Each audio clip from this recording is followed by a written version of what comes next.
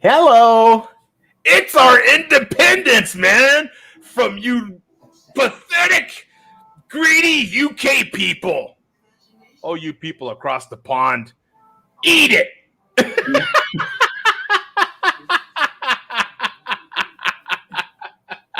We celebrate our independence from you people across the pond. Speaking all your improper English and everything, the nerve. Huh? What do you think, Mark? I agree. Those lousy Brits. Lousy Brits. You know? And I would just give you a little preview. That's not what you just said. That's not the last time you're going to hear those words. Oh, okay. I'm sure, yeah, there's quite a bit of that. Yeah. You're going to hear it a little later. We're going to hear some more of that, are we? It's the season. Yeah. It's the season. But it is our 4th of July tomorrow. So this is a pre-4th of July show on this show. Not the first time we've done this. Mm-hmm. We've had 4th of July actually on the show. And we've had many pre-4th of July shows.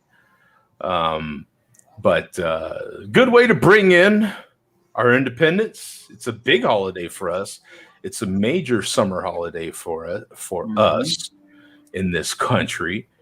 And I think it's turned into the same thing for a lot of people around the world, actually. The 4th of July has turned into something that other countries celebrate just because America celebrates it, you know? I think other countries are on board just to get another day off, right? They're like, yeah, sure, whatever. Yeah, they're doing it. We'll do it. You know, that's why we do Cinco de Mayo. It's another day for people to drink. Yeah, exactly. Yeah. Hey, I'm down.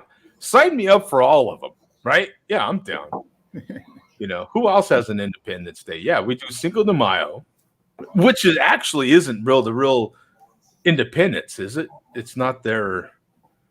No, I think I read that was The last time I went to Mexico, the guy on the tour was explaining that. Yeah, that's not. I'm like, according to Corona, it is. Yeah, just saying. Talk to the people that make Corona. Excuse me, sell more beer. Yeah. I mean, well, us Americans are easily fooled sometimes, so they tell us it is. Oh, okay, sure, we'll drink some beer and eat some. Hey, look, some Tex-Mex or whatever.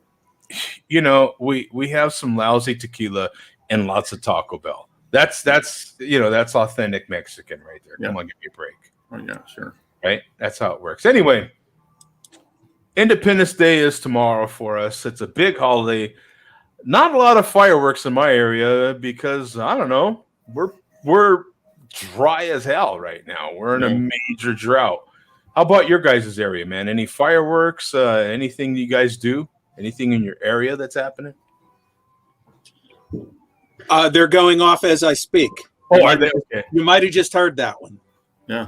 Lots of locals setting them off in this suburban area. Fortunately, we had some rain up until. Yeah, you guys are kind of rainy the last week or so. Yeah, so that's an annual worry of mine with some of the amateurs that are setting them off. When there's been like no rain for weeks and weeks, I always get a little paranoid. And but yeah, so everything is nice and damp right now. Yeah. If there's any mishaps. Yeah. I don't know, boss. Is it Atlanta doing theirs tonight or are they doing it tomorrow? I think the city of Atlanta does it tomorrow, but I think our local area does it tonight. I think. Yeah, as far as our official ones, I haven't even been paying attention when they're happening. Do we know of any breweries that do any sort of anything for 4th of July other than have a particular special beer or something like that? I think so. Yeah, I mean, our local ones are just the beer and that's about it. In my local area here in Phoenix, of course, you might have heard the Suns are in the finals. So there's a brewery that I happen to love that has a special Crisp Paul beer. Of course, after Chris Paul, but they call it Crisp Paul. So it's supposed to be a nice, light, refreshing. Okay. Well, we've got someone that might know a little something about beer At least he acts like he does. I don't know. Yeah, he puts on a good game. Puts on a good game. Yeah. Show, really. I don't know. I'm getting errors. If someone could post a link for me, I'd appreciate it. Yeah. I don't know why it's doing that with me. It's been doing that for a month now. Yeah, a little while, and What is it not allowing you to do? Obviously you can do the copy and it gives part on me your an error. the copy part on your computer, right? Yeah, it gives me an error. Huh. It's bizarre. That is bizarre. It is. I have no idea why. I could probably put it directly into YouTube, but doing it from StreamYard Post both places. Yeah. gives me an error for both places. Huh. But just throw that in there for me. Hey, we've got, who is this? Is this Paul? Halu 3K from Switzerland. Hey, good to see you, man. It's got to be like 1, 2 in the morning over there. What is it? 2 in the morning? 7. It is probably 1 in the morning there. Yeah. Yeah. I remember we had our friend, God, it was a long time ago, college student, if I remember right. Yeah. It used to jump on from Switzerland. And that's why I kind of remember those days. And he would say it was like, because they have like an odd time zone, aren't they? Like a half hour. They're an hour later than the UK. So they're 6 hours ahead of us right now. Oh, okay. I thought they were that weird half hour time zone. Yeah. No, you're thinking of Australia. That guy in Australia. Is that just Australia? Zach. Yeah. 1:15. Yeah. Oh, he said 1:15. Okay, 6 hours ahead. Yeah. I almost had it right. Yeah, I thought it was about 1, 2 o'clock. Okay, so I'm still. Oh yeah, look at this is how this punk operates. Cool, getting the brisket on the smoker real quick, grabbing a beer. Jerk. Did he have to say? He could have just said, "Okay, I'll be on in a little bit." Yeah. No, but he likes to rub it in. That's his walk up. That's like his walk up thing. Yeah. And then he'll probably. Oh, by the way, I'm going to show up, but first I'm going to do all this great stuff. Yeah, I'm doing all this great stuff. I'm smoking meat, or he'll show up with a plate of tacos or something like a jerk. That's what do you do with people like that, Bob? You know what I'm saying? You put up with them, I guess. That's pathetic. All right. What do you do with them? You insult them like we are because we're jealous. Exactly. We are haters to the nth degree, aren't we? Like you act like a bunch of 12-year-olds and insult them. You know what? One of the we unfriend him on Facebook. That will show. Oh, there you go. And he zings it back. There's no walk-up music here. More of a roll-in guy. Okay, roll-in music. Yeah. That's how he rolls. That's how he rolls. He is wheels. That's how he rolls. That's how Zach rolls. Okay. He wouldn't have it actually any other way. You know what I'm saying? He would not have it any. If we were just to have to say, "Oh, I hope that brisket is really good for him." Oh, you know what I'm saying? I mean, he would. Yeah, if we gave him a clap and light applause. In light applause and everything. I don't even think he'd know what to do. Yeah. So what are you drinking, Mark? You showed us earlier. I'm drinking a red, white, and blue colored beer can. The Schaefer Light, courtesy of Mr. Bum there. This is a relatively new one too. I mean, so it's not out of date. Yeah. December 21st, 20. So it's 6 months old? So yeah. Pretty good. And now, you are in Georgia. Is there any peach pie being eaten with that? That's pretty Americana right there. No, I'm going to give it every opportunity to shine. I'm putting it in a tulip glass so the flavor and aroma can come through. What do you think, Bum? What's the odds of getting anything aromatic out of that bad boy? Corn.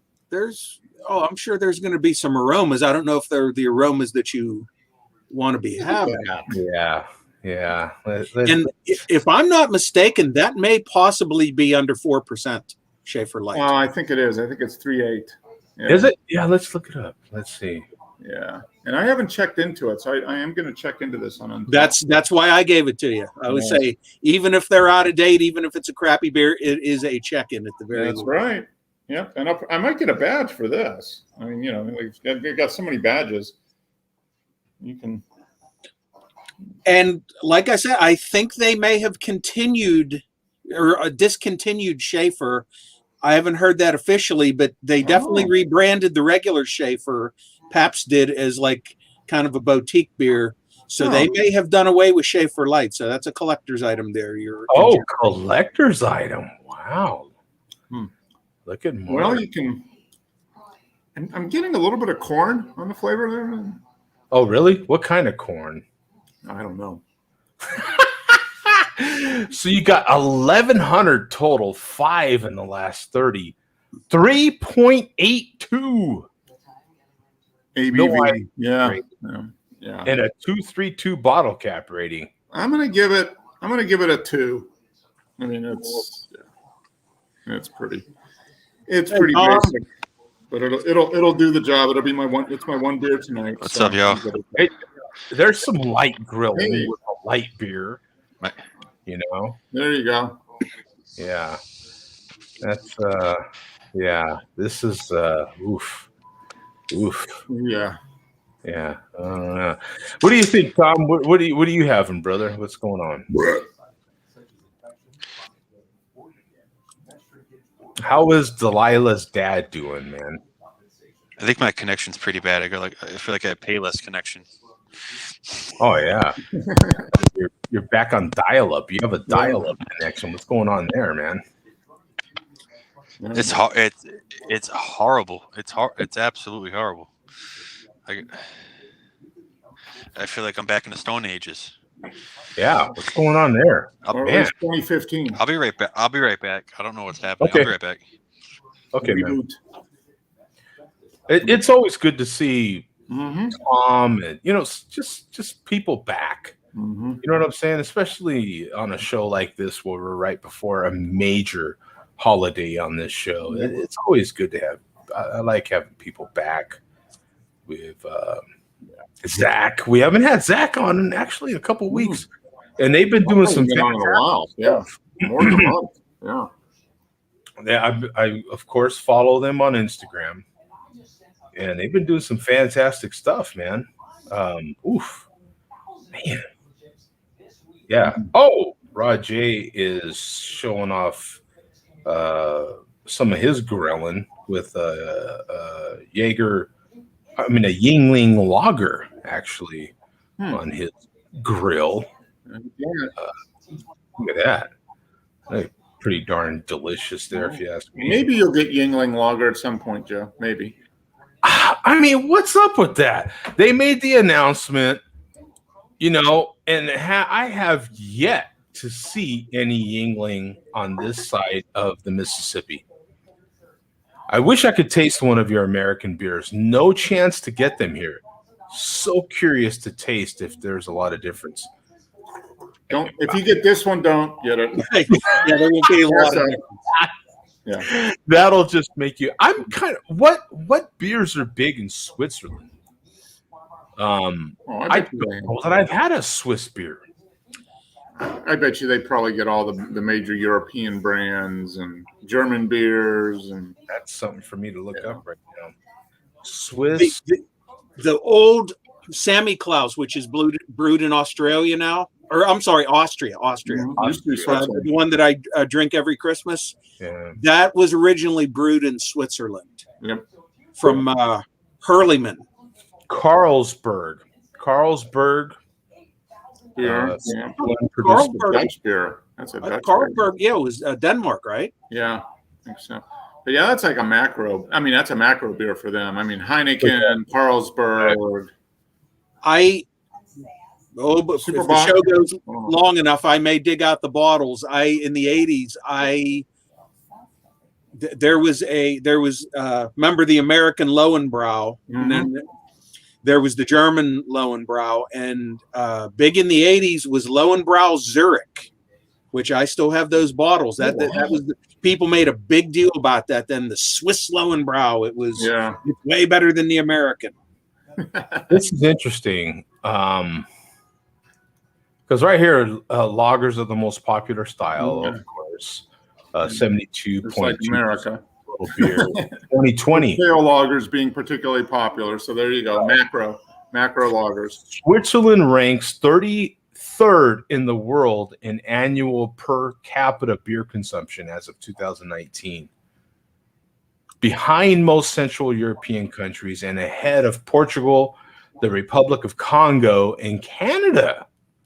They're ahead of Switzerland drinks more beer per capita than Canada. You would think Canada would be, well, yeah. There's nothing else to do up there. It's always cold. You might as well just drink. Okay, so here he goes. He's listing some. I cannot say any of them. I'll give it a shot. Feldschlossen.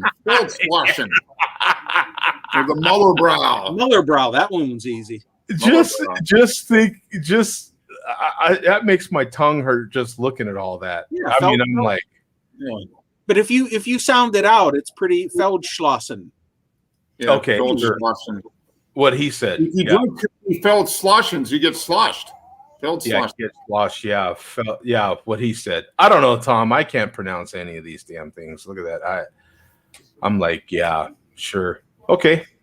But the Feldschlossen? The Feldschlossen? I would sprain my tongue trying to say that. You know what I'm saying? I would hurt myself right now on the show just trying to pronounce that. Are you kidding me? Look at that. There's like hardly any vowels in there. I would hurt myself. Like if you're a visitor trying to go there, how do you tell the people that live there that you want to go there? You know what I mean? It's not looking like a Japanese. Like how am I supposed to? You know what I mean? I don't think they have enough, car parks there, man. You know what I'm saying? Not enough car parks. Well, hey, what, my man? Hey, Zach. How are you guys? Good. He gave a definition in there. It means it equals a small field castle. Okay. Yeah. We've got small field castles. I've got a Feldschlossen in the backyard. Yeah. Yeah. Exactly. Yeah. Small field castle? Yeah, I can do that. So, Zach, give us an update, man. We have to have a craft beer update right before we get the malt liquor update. So, before we get to the quality stuff. Yeah, before we get to the good stuff. Yeah. I didn't even know that was still a thing. Exactly. What's the latest, man? What's been happening? What kind of cup are you drinking out of? Is that a stone? The silly pints. Have you seen those? No. They're like a silicone pint glass. Yep. Oh. Cool. Yep. And it's real silicone. Yeah, they're whatever. Flexible You rubber. can put your beer in them. They're great for like outdoor shit because they don't break. Yeah.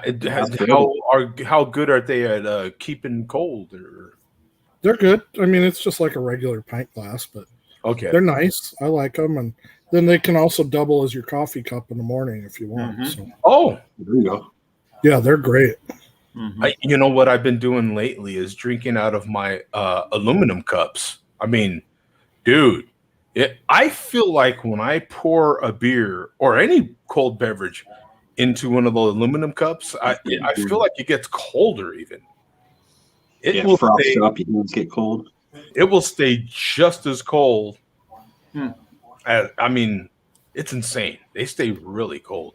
I'm going to look for those, man. Silicone pint glasses. They're called silly pints. SILI. Oh, I'm all over that. That's going to be.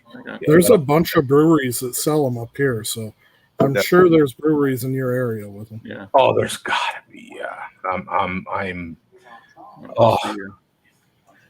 Silly pints, huh? Silly pints. Yeah. Joe's all over it. I am on Amazon right now, my friend. Look at this. Yeah. So, how many people are down for ordering silly pints? Look at this. Oh, man. Jesus. I like this. They got cocktail glasses. Looks like cocktail glass. Yeah. Look at this. I'm down. Oh, I'll be ordering some of this stuff. Look You at should get that. the silly. You should get the pants, and then you should drink the silly putty. Yeah. Fine. Yeah. You'll be good to go. Yeah. Right now, there's painters looking at those pants going, seriously? Yeah. You're going to pay me for this? Like, I make those in a day. Like, Yeah. right now, there's painters going, seriously? You're going to pay for that? Right? Just like people that pay like $100 for Holy jeans. Mm-hmm. The painters right now are going, you're willing to pay money for these painted pants? All right. Here. Buy the pants I'm wearing after a day of painting. Right? Exactly. Game worn. You know what I'm saying? Yeah. Yeah. That's what I tell the guys at work. You know what I'm saying? They start busting jokes and all kinds of stuff. I says, hey, man, you sniff my panties, fool. These are game worn. You know what I'm saying? You can sign them for him. Yeah. Hey, you form a line right here. Make the line right here. Yep. Sniff panties. You know what I'm saying? I'll take them off right now. Game worn. There we go. See, I got one too. There we go. So, you do? Oh, look at Mark. yeah. I got this last year for the Peachtree Road Race. They gave these out. So what do you kind of is it? It's squishable. Yeah. I mean, it's flexible. Yeah, it's about I don't know, Okay. quarter-inch thick. I mean, yeah, so it's good. It's good insulator. It keeps things warm and cold. Yeah. It's interesting. Yeah. Yeah. Now, what if you put the koozie on top of that? Would it make it like extra? Yeah. Oh, yeah. You know what I mean? Yeah. Oh, yeah. Just don't ever have a beer long enough to need a koozie. Yeah. Right. Yeah. What's the point? You're drinking it wrong if you need it. If That's true. That's true. Exactly. Yeah. Yeah. That. So I'm kind of curious. Well, not just kind of curious. I'm very curious what Billy D would think about all this koozie stuff and silly pints. What does Billy D say about all this stuff? Oh, Billy D's definitely not a fan of the silicone. he likes natural. He prefers natural. Is he into lambskin? Is that what it is? Yeah. Yeah. Billy D's all about the lambskin. That's what he is. Yeah. Texture is very important, right? Very important. No silicone for Billy D. Saline possibly. Does Billy D have an allergy? Is that what it is? Yeah. Latex allergy, possibly. Yes. Well, once you've had so much latex, I mean, you can only take so much. So. Yeah. Boy, I've been torn all evening on what I should drink. I had planned on doing a 40 tonight, but my stomach just hasn't been up to it. So I think I'm going to do a 24. And who knows? If it goes down smooth, I might grab something else. We'll see. So, I was celebrating with red, white, and blue also earlier. Bud Ice. Oh, Bud Ice, yeah. Yep. Not a malt liquor, but yeah, just warming up. Yeah. But just as bad. Yeah. So this is something that I've had on the show before, but obviously first time this year. I think we're halfway through the challenge. I think this is number 26, but I'm not sure. 26 different packaging brands or size variations. Old English, high gravity. Oh, the HG800. Jesus. Courtesy of the former Malt Liquor News Network. Oh, crisp can crack there. Oh, man.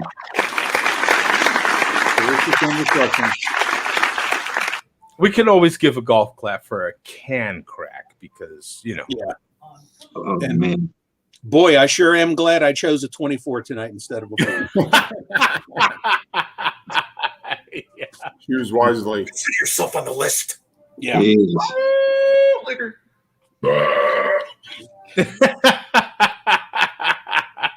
That new sound drop is compliments of a 40-ounce causer, by the way. Yeah, 40 ounce. Yeah. So there's so much news. It's one of them weeks where you don't know what to lead off with, but I finally decided that we're just going to lead off with this because this is going to take everybody by surprise. Oh boy.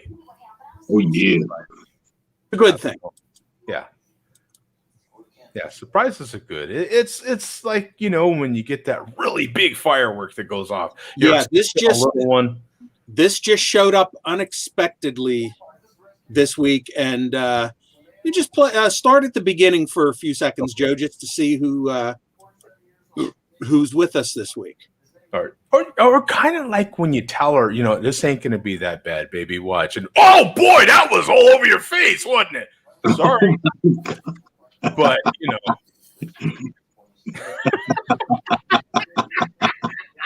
I didn't know I was that excited. I didn't know I was that excited. I must have eaten a lot of carrots. Sorry. Oh shit. Here we go. So look who came back this week. Oh, look at this. Oh, who do you think this is? Rainer. He must be feeling good again.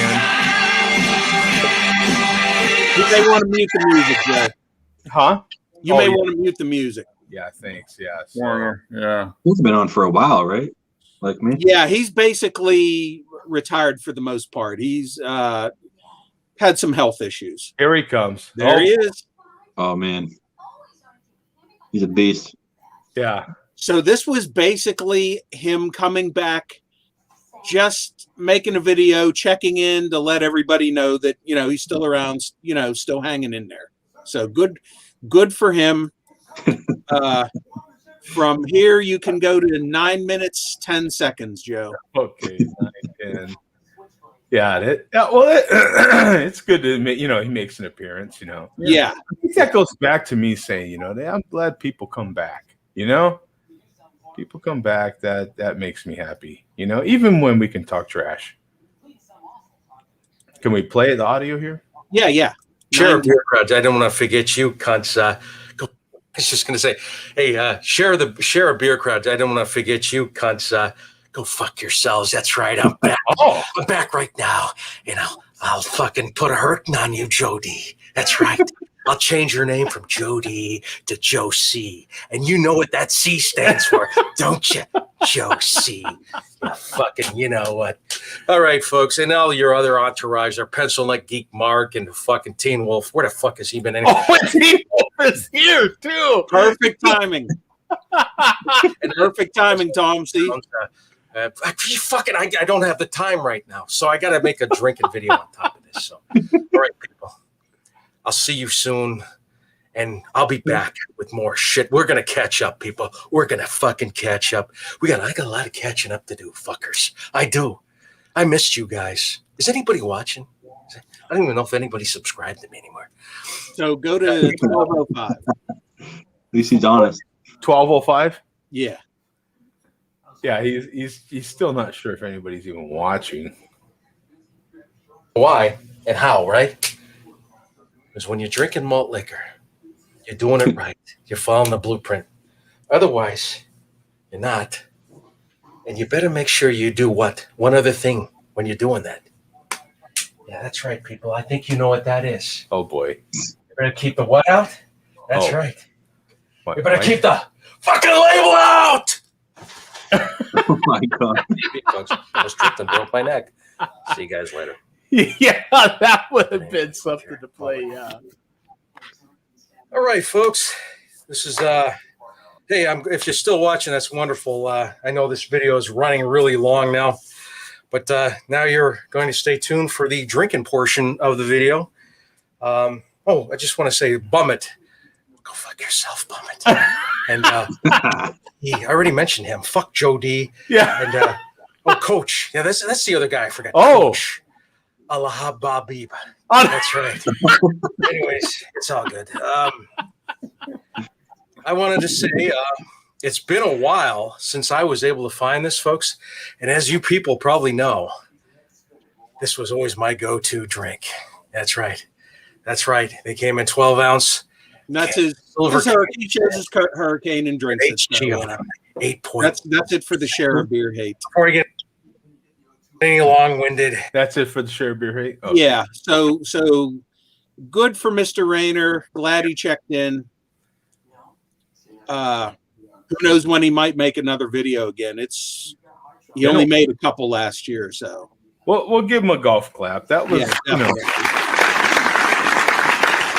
good to see him back, and Consider yourself on the list.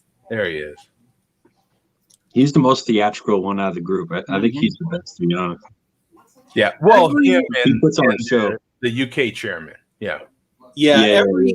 Every one of these guys has something unique about them. Yeah. Falstaff, who's another one who hasn't been too active lately. We're going to play something from him too.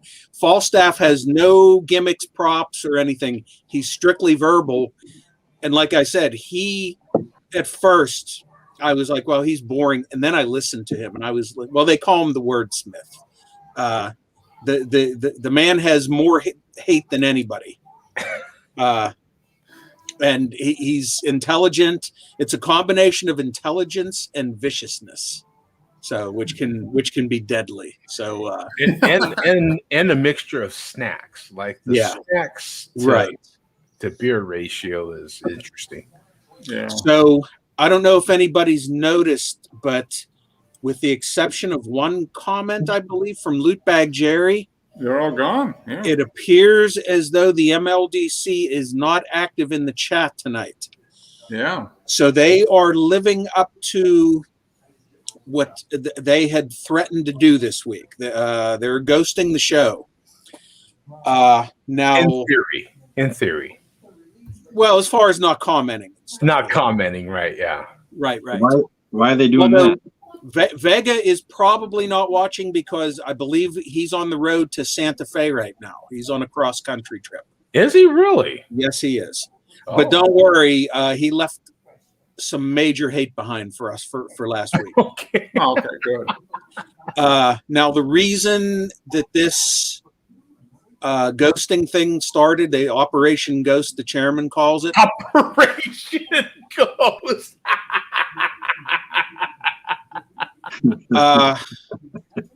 The reason it started was nothing directly with us. They were all planning on trolling Raider Ben's live stream, which was supposed to take place about 10 o'clock tonight. They were all going to gather together and just troll his live stream. And they decided that they were going to put all their energies into that as opposed to watching this show. So they'll be on later. Well, the live stream ended up getting pushed up a day to last night. So they were all there last night. Oh, but I guess just because they decided to ghost us to begin with, they are still going to follow through with that just on principle. Okay. Because they are obviously men of principle. Yeah. You know, yeah. Well, can they just put me on the list to ghost me the rest of my life? I'd be okay with it. Exactly. How do we get on that list? Yeah. What? Yeah. Is that next to the do not call list? Is that what that is? Is that, who do you contact to get that list? All the MLDC is right up there with the robocallers. So is that on can you freeze your credit, get on the do not call list, and on the malt liquor ghost list? Can we do all those things? They're very, very good things to do, responsible things to do. Responsible. That's when you go to your job interview and what? Tell me about yourself. How responsible are you? Yeah. You bring that in MLDC. Yeah. Well, I've been ghosted by the MLDC, and You start off with that, and I have a great credit score. Exactly. Yeah, exactly. So this is the chairman. Go to 8 minutes 20 seconds, Joe. Hey, was this the same video? What's going on here? No, different. I have a different link posted. Let's see here. Oh, I copied the wrong link. My bad. Let's see. There we go. 8:20.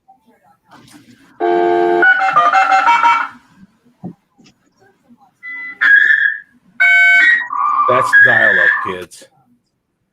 Oh man, I remember that shit. Yeah, because that's all you can afford on a malt liquor budget. You know what I'm saying? Dr. J. Vega 419, fellow horseman, fellow AT member.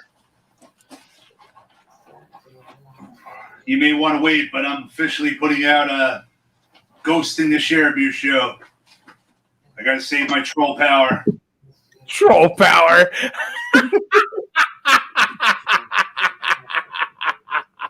He's got to save his troll power, huh? White Saturday.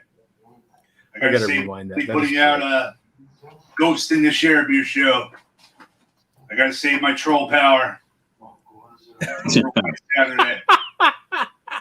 So Raider Ben's live streams were called Black Saturday because of the Raiders, and so of course the chairman's response to that is White Saturday, but it became White Friday. Oh, and he did save up his ghost power because that show went over 5 hours last night from Eastern time, 10 p.m. to like past 3 in the morning, and he was on the entire time. Wow. Yeah. Wow. There, a whole lot of the MLDC was on there. Malt Mustang might have even thrown in a comment. Wow. So they are openly live streaming now, which I thought was against. No. This is Raider Ben. Raider Ben's live stream. Oh, these guys were trolling Raider Ben's live stream. Okay, so they control it. They just can't. Whoa. Yeah, they were in the chat. Okay. Who do we got? So they, as long as they're in the chat. Hey, welcome, Andrew. Hey guys. So as long as they're in the chat, then they're okay. They can So from here, we're going to show you the chairman at work. This wasn't from last night. This was from the A-Bombs. Or no, it was Raider Ben's live stream from a week ago. Okay. The chairman's going to show you his troll power. Now, remember on the A-Bombs live stream? Remember we showed that the big man, that TikTok cheeseball or whatever his name was? Yeah. We said a star is born. Yeah. Well, we got a guy to compete with him on Raider Ben's live stream called Roberto, and the chairman set this guy off with his comment. So we'll just give you a little taste of the chairman's troll power here. Go to 140. Okay, 140. Let me make sure I got the right link again. I feel like, does this video look the same? 140. I feel like it's the same video. It's the same video. Yeah, I posted a. You did. Third link. I copied it too. I don't know what the hell is going on today. Case. Okay, and 12:30, right? 140. 140. Boy, I'm all jacked up. It's because So the chairman says, "Who's the slow guy in the 49ers hat?" Yeah, I've seen that. Roberto, bitch. I bet you Roberto would fucking body your bitch ass. Roberto would destroy you, dude. Roberto would crush you. Roberto would fuck you up. You guys can't even spell door. You're the Elshbags ninja. That's what Roberto, man. Who gives a fuck, bro? The spelling police. I'm done with this. Look at this guy. Grammar police. But he's got his mic muted. That's what's so funny. These people have we're teaching how to write. We're teaching people how to write. He's yelling all kinds of crap too, isn't he? My favorite is the guy in the top left corner that just put a bucket on his head. Yeah. You feel me? And eventually, there is another video where eventually you get to hear him turn on his mic, and then you hear him really going to town because his mic was muted at that point. But that's in a different video. But that's Roberto. The chairman set him off, so obviously they were aiming for him last night. So anyway, from there, go to 7:55. I think the malt liquor might be kicking in with the chairman a little bit at this point, possibly. 7:55. Oh boy. Shout out to everybody who participated in the comedy tip. Comedy tab. What? Shout out to everybody who participated in the comedy tip. Comedy tip? Shout out to everybody who participated in the comedy tip. What? Yeah. What's comedy tit? What is that? He's trying to say community tab. Sounds like a good thing. Comedy tit is what I heard. Comedy tip. Shout out to everybody who participated in the comedy tip. Comedy tab. Community tab. Wow. Showed you assholes we can go for hours trolling. You need to put that helmet back Just on. not dropping the link. Comedy tab, community tab, same thing. Hey, the trolling lasted longer than his antiquing did. What happened to I think he's still antiquing. Is he? Yeah. So from there, go to 11:15. I don't see any more of his Barbie collection. What's up with that? He sold some of his stuff. See, he's got an old telephone there. Oh, he does. Yeah, he does. He's got an old a rotary phone there that he's replicating dial-up to the internet. 11 what? What are we going to? 11:15. 11:15.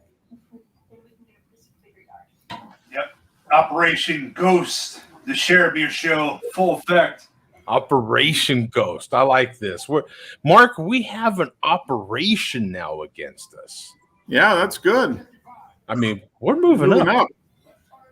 What do you think, Zach? You know, since you first jumped in on this show, you know, we were a nothing show. You know, we just kind of would get on here and chit chat about hops and barley and, you know, the latest brown ale. And now we've got full-blown operations against this show. You really made the big time, Joe. Now you got haters.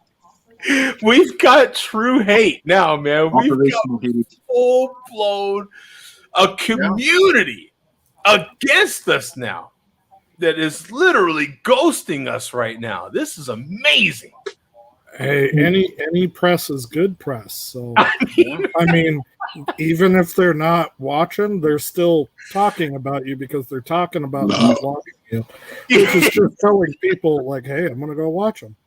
Okay, sure. What is this thing that we're ghosting? I better look into it, right? Yeah, exactly. And really, like, isn't the term ghosting a little bit millennial of a term for the MLDC? That's a good point, Zach. I think that's too many letters for them, isn't it? Like, I don't think they could spell it. Oh, I think they can spell it. I think it's the silent H that's probably confusing to them. It's too many syllables for them to even say. I don't think they can handle it. All that malt liquor, I don't think they could truly handle it. Let's see. Let's listen to the rest of his post here. Let's rewind it a little bit. Oh, there it is. Yep. Operation Ghost, the Share Beer Show, full effect. This is awesome. No charge. Joe D can go to hell with the rest of the craft beer cunts. Malt liquor only, malt liquor. That's it? Label out. That's it. Now, come on. If you're okay, all right. I'm offended. Look, Operational Ghost. If we're getting ghosted, if there's enough energy being to ghost us, then at least have a decent rant. You know what I'm saying? At least have some decent hate. What do you think, Mark? Come on. I mean, I don't know. I think if they're ghosting, then they don't want to talk too much about it. So maybe right, and we're actually getting more attention than the P Glen because they're ghosting the P Glen too, and you're not even allowed to comment on his comments. You're not allowed to reply to his comments. You're not allowed to watch his videos. You're not allowed to mention his name. So we're getting more attention than the P Glen. So. Okay, so this is the most positive negative energy that we could be receiving. Right. So, Is that that's my takeaway? Okay, here we go. And that's it for the chairman. Oh, that's so it. I have another new link posted, Joe. Just take note. Somebody else who we have not seen in quite a while, Falstaff, the wordsmith. Wow. Now talk about someone that was ghosting us. Wasn't he ghosting us? Well, he was ghosting everybody because he hasn't made a video. So, and that's true. He hadn't mentioned us in a long time. Yeah, but he hasn't been making that many videos. He hasn't been making that video since the worst part of the pandemic when everything was closed. So no, he was specifically not mentioning us. Remember? Right, because he said that we got off on the hate. Yeah. Yeah. And he didn't like that we liked the hate. Right. And now, I don't know, Tom, what do you think? Look at the condition of this mask. This is pathetic. He looks pretty burly. He looks. I mean, what is happening here? Can't he afford? Should we take a collection for Falstaff? His mask looks like kind of what a mask would look like if it was when the Soviet Union fell.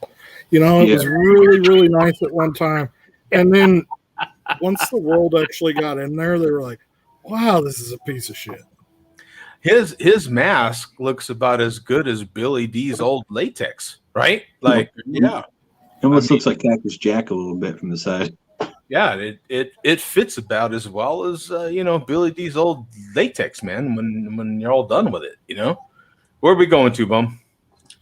Go to 1 minute 20 seconds. Oh, 120. Boy, we're in the beginning. And it's not a long rant. Well, of course, it's coming from him. I mean, we consider the source. Here we go. Don't know what to tell you. A lot of people I'd really like to cuss out right now, but seems where there's an embargo in place. We can't mention their names. Can't mention fucking Woodsy Owl lookalikes and fucking not even pre-diabetic, full-blown diabetic fucking fat truckers. Who's the Woodsy Owl? That's what I want to know. That's me. They've called me Woodsy Owl in the past. Yeah. I gotta back this up. You forget how special this guy is with his rants. You know what I'm saying? He is pretty decent. A lot of people I'd really like to cuss out. And he always gives the double tug. Huh? Yeah. He always gives the double tug. We got to see the double tug. Don't know what to tell you. Double tug. A lot of people boom. really like to cuss out right now, but seems where there's an embargo in place. We can't mention their names. Can't mention fucking Woodsy Owl lookalikes. Fucking not even pre-diabetic, full-blown diabetic fucking fat truckers down in the Southwest that allow fucking Canadian cunts to come on their fucking little program, talk shit about fucking America. He's watching. Watching.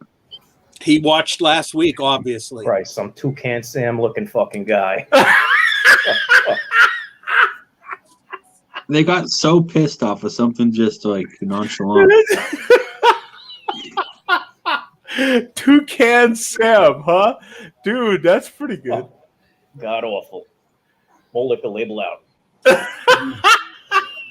And that is it. You know what? He's got a skill. He's pretty good with the rap. He is the wordsmith. That's why every time there's a new video of his uploaded, I love it because I know every video of his is great. Yeah, he is pretty good. You got to give it to him. And like I said, he doesn't. Not that there's anything wrong with gimmicks and visuals. Right. He doesn't need it though because he's so good verbally that he doesn't need the other stuff. Yeah, he does have a skill there. He's pretty good. That was pretty good. Yeah, Toucan Sam. I haven't heard that in a long time. There is more hates coming for him in a momentarily. But first we're gonna go to Mr. Met. Mr. Met cussed us out this week. Oh, Mr. Met as well. Wow, Mark, we're really moving up. Yeah. It's an embarrassment of riches. This might be the most diverse group of hate we've ever received. It's usually from one or two people. Yeah. The week you're supposed to get ghosted, everyone is just they can't hold it back. Yeah. Like, maybe that's why they could ghost us, because they're here virtually. They're shaking to say something. That is hilarious, man. That is. I don't know. Is this truly a ghosting? Is this really a ghosting when this happens? Well, as far as the show goes, yeah. Yeah, they're not on Go the to show. 1345. Okay, 1345. I don't know. I feel like they're still here with us, though. You know? Yeah, they kind of are in spirit. I don't feel like we're missing much at all. Okay, here we go. Now, what do we have from this scene? What can we talk about with this scene? He loves Ron Paul and Donald Trump. Yeah, we kind of know that. I'm just what I will give Mr. Mitt is that he's got a fresher looking mask. That's for sure. The vest is tight. It's the scene is clean. At least it isn't like, the chairman, you don't know what the hell happened in that garage. This is actually neat and clean. It's dusted. The computer doesn't look all dilapidated like the chairman, that's for sure. Okay, we got to give him that. You know what I'm saying? Stick a goddamn knife in my gut and commit seppuku. Oh boy, that started off strong. We got to rewind that. Stick a goddamn knife in my gut and commit seppuku. Share a wife show. Wow. I'll tell you what you fucking pieces of shit assholes should fucking do. Oh, this is solid. Especially you, fat Jody, and you greasy fucking slob bum. Oh. Coordinate everything just right. Turn your cameras down just a little bit slightly, right on the fucking gut level. Purchase a fucking Japanese bayonet and conduct seppuku all at once. Do the world a fucking favor. Oh my god. Oh, wow. Crap cunt stack, you fucking slob. Oh. Wow. Okay, where did that start again, Bum? We got to do this. 1345. He's so angry. Yeah, there was a lot in there, wasn't there? That's man. I've got to commit seppuku. Yeah, I got other fucking trolls telling me to fucking stick a goddamn knife in my gut and commit seppuku. Was that fucking share a wife show? I'll tell you what you fucking pieces of shit assholes should fucking do. Especially you, fat Jody, and you greasy fucking slob bum. Yeah, you've been demoted to a greasy slob. Before, in the other rant, you were, what was your title? Woodsy Owl. Woodsy Owl. I kind of like that. Woodsy Owl. Okay. Yeah, here's, for anybody who doesn't know, here's Woodsy Owl. Yeah. Yeah. I mean, give a hoot. Woodsy Owl looks like a nice guy. Do I look like that? Yeah. Well, I don't think you look like him, but I mean, it's a nice guy. I mean, I would take that compliment, I mean, I don't look like him. I'm not wearing a green hat. Doesn't look like the one that wears the hat would be our friend from across the pond, Craig, right? Yeah. Yeah, he's actually Woodsy's wearing Craig's hat here. I mean, you don't wear that kind of hat, but I'll take that over. What was it? Greasy slob. Greasy slob. Actually, Falstaff himself has called me that in the commentary section a few times. Oh, okay. Yeah. Especially you, fat Jody, and you greasy fucking slob bum. Coordinate everything just right. Turn your cameras down just a little bit slightly, right on the fucking gut level. Purchase a fucking Japanese bayonet and conduct seppuku all at once. Do the world a fucking favor. Motherfuck you, crap cunt stack, you fucking slob. That's it for Mr. Met. You know what? I respect Mr. Met for offering friendly advice to the show, how we can improve. Exactly. Yeah. It sounds like his wife just laid into him and he went to the next room and he was like, Do you think, Tom, that's the wife in the next room, or is this mom's house? Definitely not mom's house. Okay. Remember, we showed Mr. Met a few years ago. He did that brothel video. Oh. Tijuana, remember? Yeah.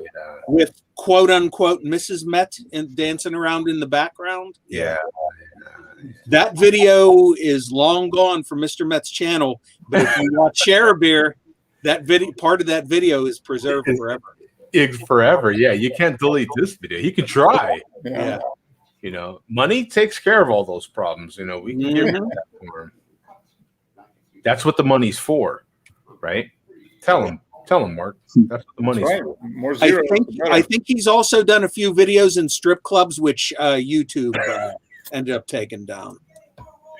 That were took down for him. Yeah. Yeah. I guess you could file a complaint with YouTube, and possibly that might help him get that video taken down. But he may have tried that unsuccessfully, possibly.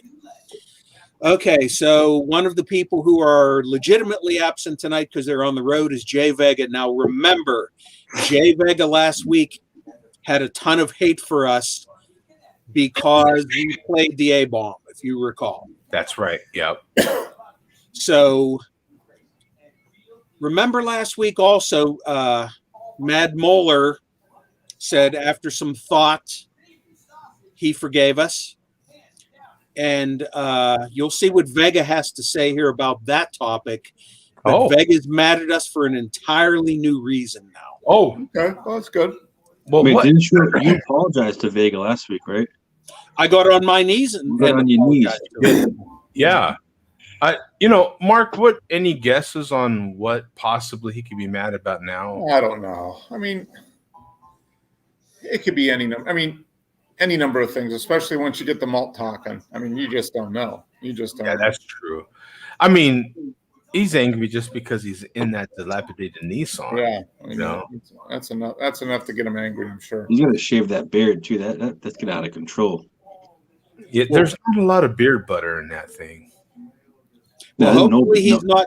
The dilapidated Nissan is not the vehicle he's driving from Tennessee to New Mexico. No goddamn beard butter is touching. Is he going to go to some? Is he going to go to some artsy fartsy co-op in Santa Fe and get a high colonic or something? I'm not sure why he's headed there.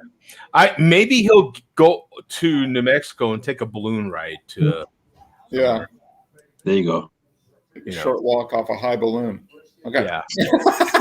Trapped in a telephone. I've only been away a few weeks, and I don't know what the hell you guys started with all these. Zach, we're not like a soap opera where you can come back 6 months later and pick up on it. You have to. Yeah. You have to tune in every week.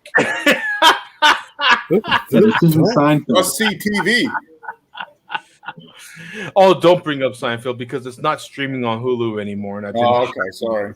Oh, it's not. It's about to switch to Netflix. Yeah. What a person in my very desperate situation had to do was buy all 171 episodes from Apple. Apple has them. Honestly, that's the way to go. All 171 episodes. So that's what I had to do. You had it for life. So where are we going in this? Okay, this is going to be a long, fragmented rant against us. We will edit out the drinking. We're basically going to play his whole video except the music and the drinking.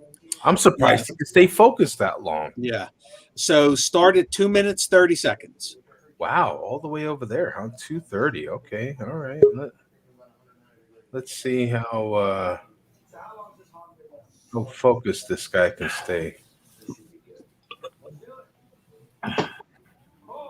That's new label, by the way, kids.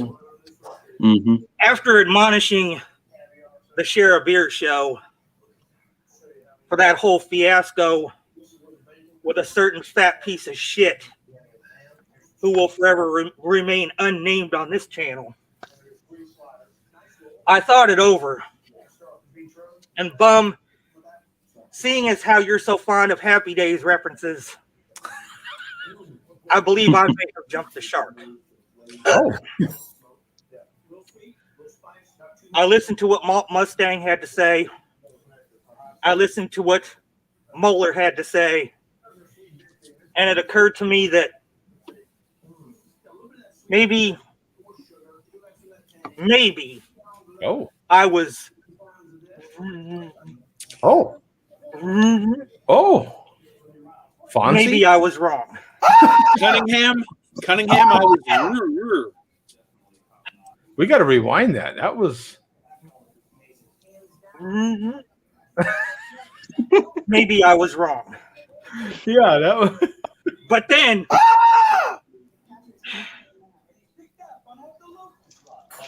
you had to go and let that guy on your show Saturday. Oh boy, that fucking guy. Andrew? Not malt liquor. Not Andrew. They'll go to 420. Oh, 420. Oh yeah. Appropriate for Vega.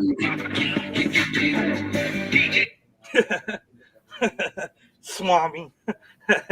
Two-wheel Swami. 2 wheels down Swami. Whatever the fuck your name is. Good fucking God.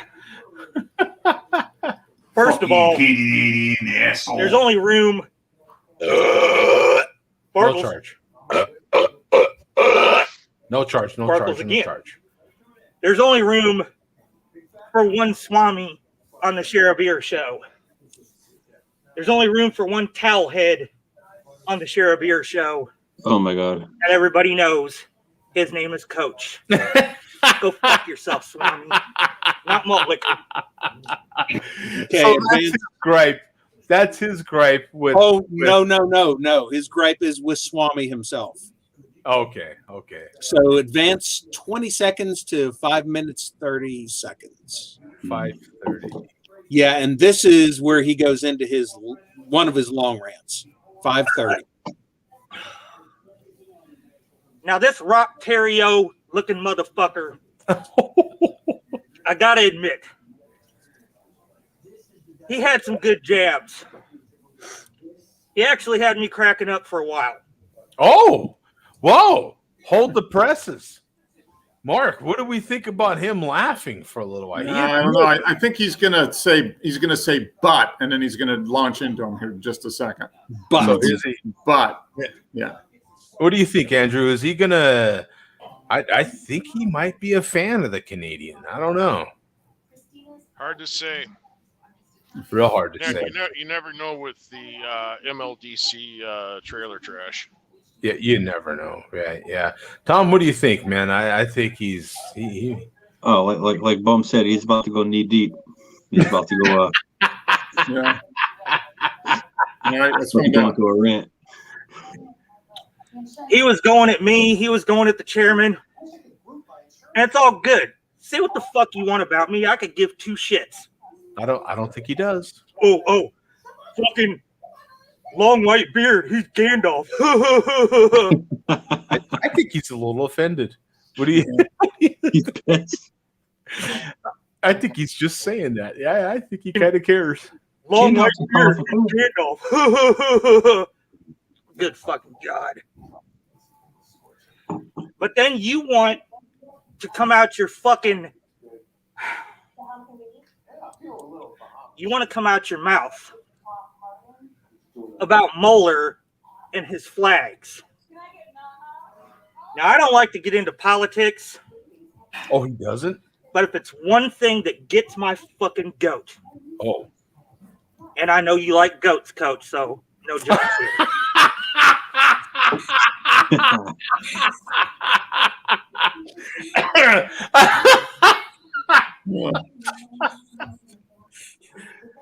If it's one thing that pisses me the fuck off, it's when people from other countries, especially shithole countries like Canada, Oh.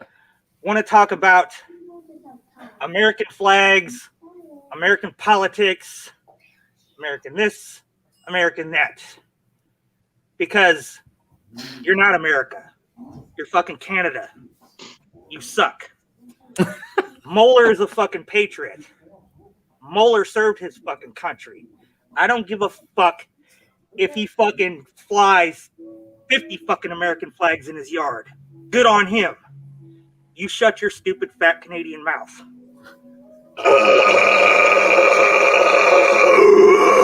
Oh, Whoa! goodness gracious. Oh, charge.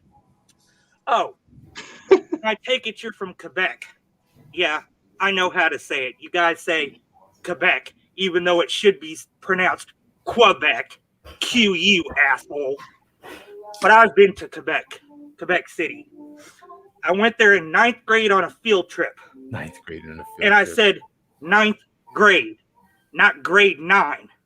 Good fucking God. The place is a fucking shithole. Fuck you and fuck your fucking tricycle, Swami. Not malt liquor. Wow. So Quite the rant. How well, long? we're not done yet. How long do you think his ponytail is? By the way, like how far down the back does that ponytail go? Any guesses? I'm kind of curious. I was more intrigued how long he burped for. That was impressive. That was Yeah, that's 6 what 7 seconds. Yeah. I wonder if that ponytail goes up into a bitch biscuit. Fuck you, 9th grade, not grade Where 9. was that burp? Quebec, I gotta find Quebec it again. City. I went there in 9th grade on burp. Yeah, that's asshole. But I know it. Yeah, I know how. Oh, It wasn't and I this take far back. It wasn't that far back. Yeah, but that was a solid burp. Yeah, hell yeah. That was like top 10 right there. That was. I'll give it to him on that one. Yeah, easy top 10 burp. Easy. I give it a C. Oh, let's see. What For Canada. now what is the reason for the C? For Canada. Oh, for Canada. Oh, okay, yeah. That's a solid. Absolutely, yeah. Where else, Bum? so just go to 8:30. 8:30. Yeah, this is pretty good so far. And he's just starting to catch fire now. He's warmed up. and as far as this British faggot, I can't remember his name, but he is a faggot.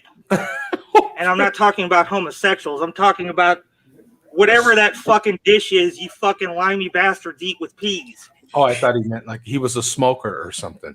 Oh, okay. You want to get in the chat and start talking shit about this great country of ours. No charge. And I told you then, and I'm telling you now. Same as I'm telling you, Huppy 72.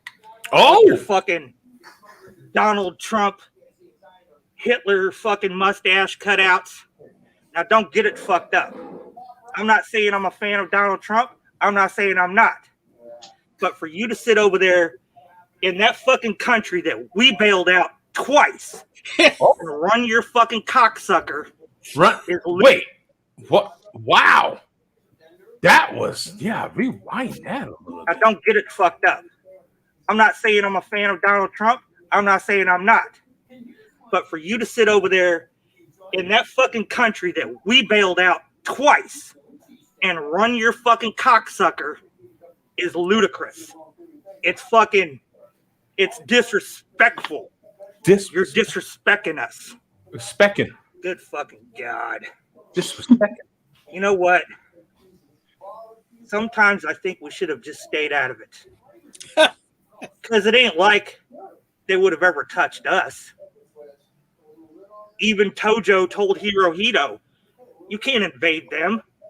There'll be a hillbilly behind every blade of grass with a fucking shotgun aimed at your head. America, bitch. Fucking America. America. Not malt liquor. Craft beer. Of course it's not malt liquor. That is now craft beer. Hello. So I'll leave it up to you, Joe. You can just mute it for 15 seconds or advance to 10:30. Yeah, we'll mute. Let's see. 15 seconds. Vega, obviously a history history buff into World War II. Yeah, really into it, huh? Yeah, he's kind of really digging. Like I said, every one of these guys has their own thing that makes them unique. Mm-hmm. So to 10:30. 10:30. Oh, we passed it. Whoops.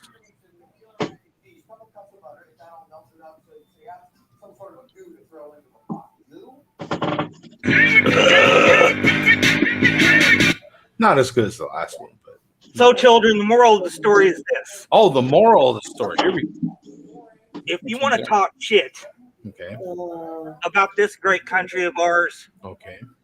by all means, talk all the shit you want to. Okay. As long as you're a citizen of this great country of ours. Oh, you got to be a citizen. But if you come from Canada or fucking England, all right, or some third world shithole, close your fucking mouth. Okay, close your mouth. No charge. Oh my god, nasty. You don't know what you're talking about, and you don't fight your own battles. And you don't fight your own. Next time, don't fucking call us. Go fuck yourselves. Oh. Swill. Don't call and go fuck. Yeah. Shout out to all the veterans in the community. Moeller, Fear. This guy. As much as I hate to say it. Greasel. Oh, this guy. Shit, who else? This guy. MLDC. I'm having a hard time naming names because a lot of these people don't fucking advertise that shit. Which just makes me respect them more. Yeah. We're done here. And that is it. Well, what do we think about that rant from It sounds like he just needed to get some stuff off his chest, I think. Yeah, I think Mark, I think the more and more I listen to these guys, I think they're just mad because they have to drink malt liquor. Mm-hmm. You know, that's their only choice. Yeah, that's what you did. You'd be pissed about a lot of other stuff, I guess. I mean, you know, one decision leads to another, to another. And when that first one's a bad one, I mean, the rest of them are just terrible. What do you think, Andrew? I agree. It's just built up anger. That's all it is. Seems further they get into the bottle, the angrier they get. You know what I mean? So it hits them harder along the way. And by the time they get to that swill, it is. Oh man! You know, yeah. I don't blame them. I think they should wear more Carhartts and drink more craft beer. I mean, there you go. You know, I think that's what they should do. Well, to close things out here, look what we have in the chat. 209J Jones, obviously not part of Operation Ghost, and Jay Vega has let Zach know that he's going to be in Colorado Springs on Monday. So Operation Ghost was a failure. Oh, God damn. Happy 3rd, folks. 209J Jones, an honorary part of the Share a Beer show. Yes, honorary member. Are we willing to do that, Mark? He came on camera. He's come on. Twice. He's been on the show twice now. Yes. So, yeah. Maybe they are the only two that are actually working for it.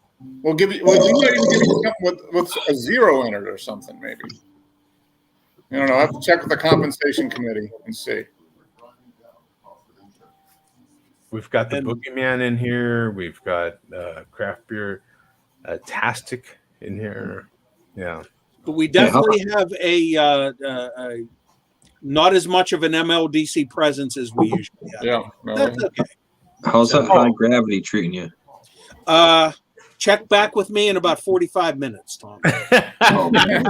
Gotta let it filter through the system there. I'm sorry. Yeah, Tom, I don't know if you watched the week that I drank the 41 ounce Natural Disaster, which was the 25 ounce Hurricane. Yeah. And the 16 ounce Earthquake. Oh no.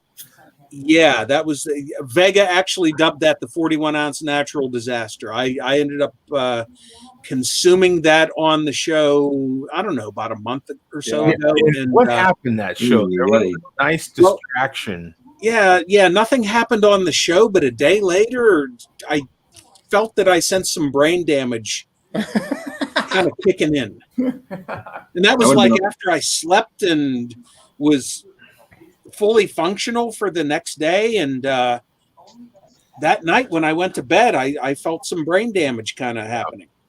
How'd that run through? How was your? Did you end up hitting the bathroom at some point? Oh, that was fine. It was the gray matter. Yeah. Yeah, it was. He thought he might have had a stroke. He had to go get some brain scans and stuff like that. Yeah. Yeah. Well, thanks, Mom. Feeling of, yeah. You had a feeling of being in the MLDC for one day, right? Yeah, I actually did. And thank God I didn't drink the 40 tonight. That's awesome. So what is happening now in Minnesota, my friend? What are you drinking? What's the latest, brother? Update us. Not much happening here other than it's a balmy 80 degrees out and humidity's higher than a damn kite. Just trying to keep the air conditioner going in the house and making sure that thing don't explode on me. It's 80 right now over in Salta. Yep. Holy crap. It's 80 degrees up here. 80. Yeah, I take 80 any day of the week. I'm telling you.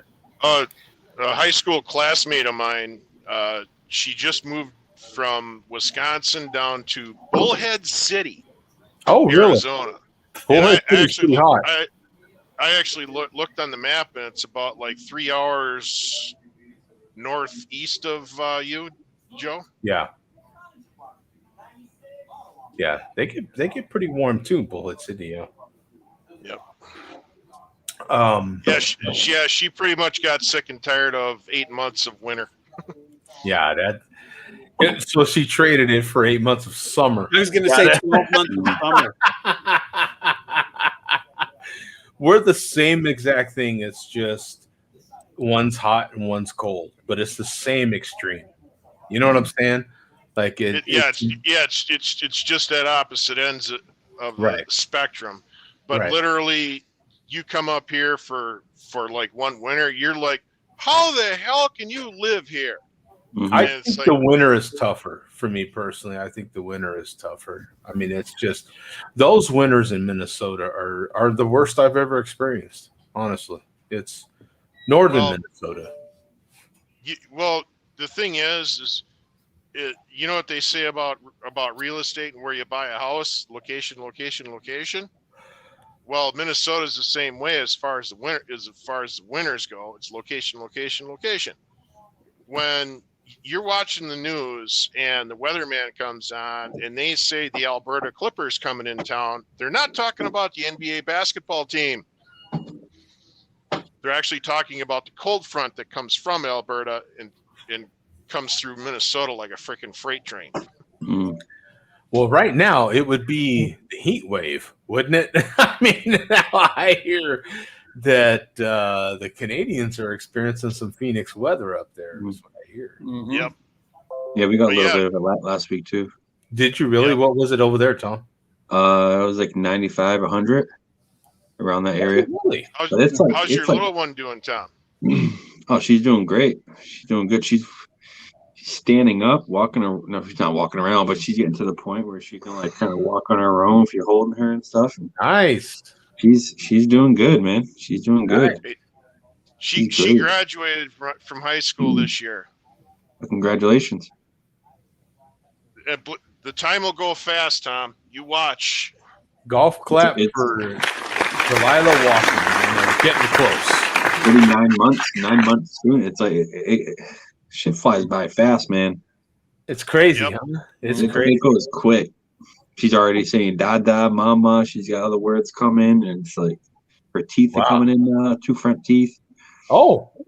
On the bottom or top? The bottoms are in first, yeah, and then she got the top coming in now. It's kind of messing up her sleeping schedule and stuff, but she's doing good. She's doing really good. She's a smart little girl. You put little tequila on the gums there to kind of No. no. No. We give her Tylenol every once in a while, like baby Tylenol, like I get teething toys. Try to get cold teething toys. Oh, no, what do you think we had though? I don't know what they do over down in there in Arizona, New Mexico. Yeah, man. They put a little chili pepper on there. Little tequila on the gums, bro. I'm telling you, it eases them right up, man. It probably works pretty. I am literally not kidding. I just did that to a baby last weekend. Yeah, it probably works pretty good though. It works immediately. I'm telling you right now. I took some of the best tequila I got on the shelf, and and oh yeah, baby, happy.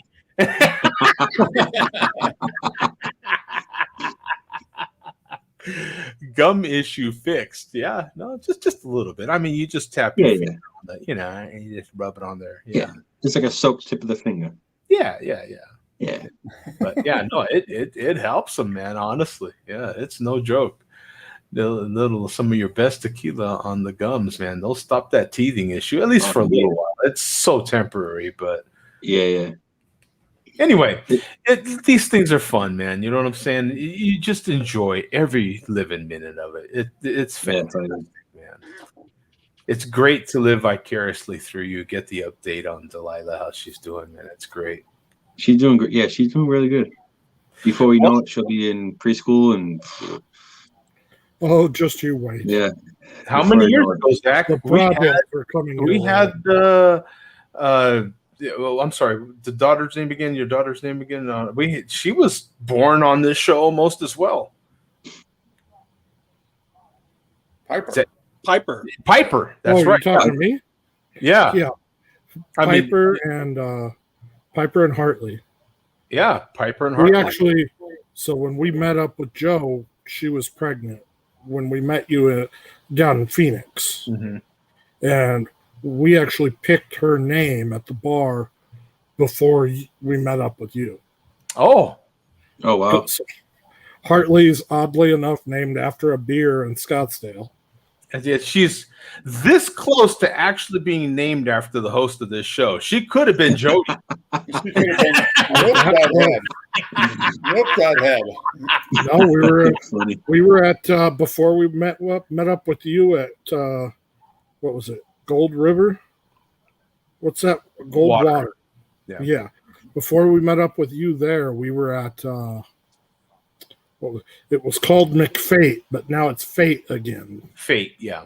And there was the pizzas there are actually really good, but yeah, they had we'd been talking like for 2 weeks about what to name the kid, and they had a Hartley's Passion Fruit Pale Ale, and we were like, that's perfect, because my grandpa was named Hartman, but then we wanted like a female version kind of. Yeah, see that we've had a few kids on this show. Piper will be 8 in a month. Wow. Yeah. God almighty. Isn't that crazy, man? It's crazy. Yeah. Mark, what do you think if Delilah's 8 and actually co-hosting this show at that? Oh, Jesus. Well, we'll be well over show 1000 at that point. So, wow. How old will you guys be though? I'll be in 7 years. 24. I'll be 24. Just saying.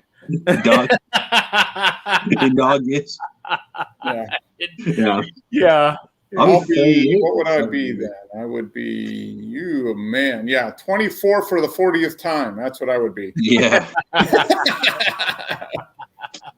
Like I told the doctor today, how old are you? Old enough. Too old. Yeah, old enough, man. Old enough. That is awesome, man. Just enjoy every living, and I'm sure you are. And how's your parents, man? How are they doing with Delilah? Oh, they love her. Yeah. Well, they have another one coming on the way, another girl coming on the way for my brother. Oh, okay. So we've got so the second grandchild coming then. Yes. Well, my brother already has 2 kids.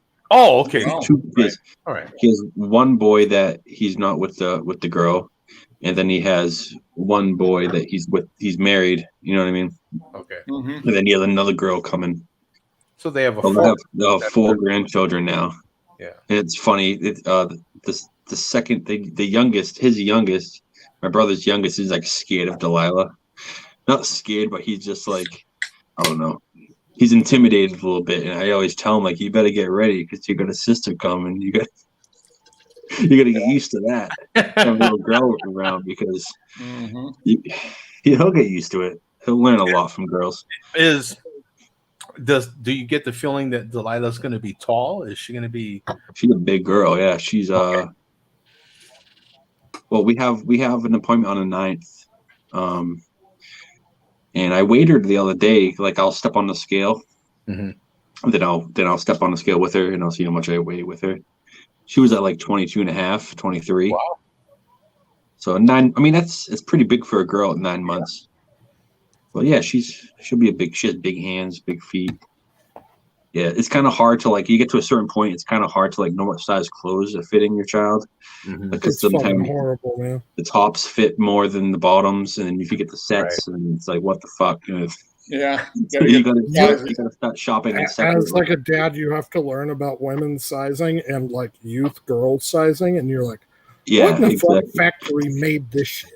Yeah, and then every company makes a size different, so it's like it's like a big shit. There's no standard size as far as baby clothes or like little kid clothes up to say all the way through high school. It's like good luck. Yeah, that's why I like certain brands do so well, because some people just only shop like Old Navy or Gap, and they just know exactly the whole size the whole entire way.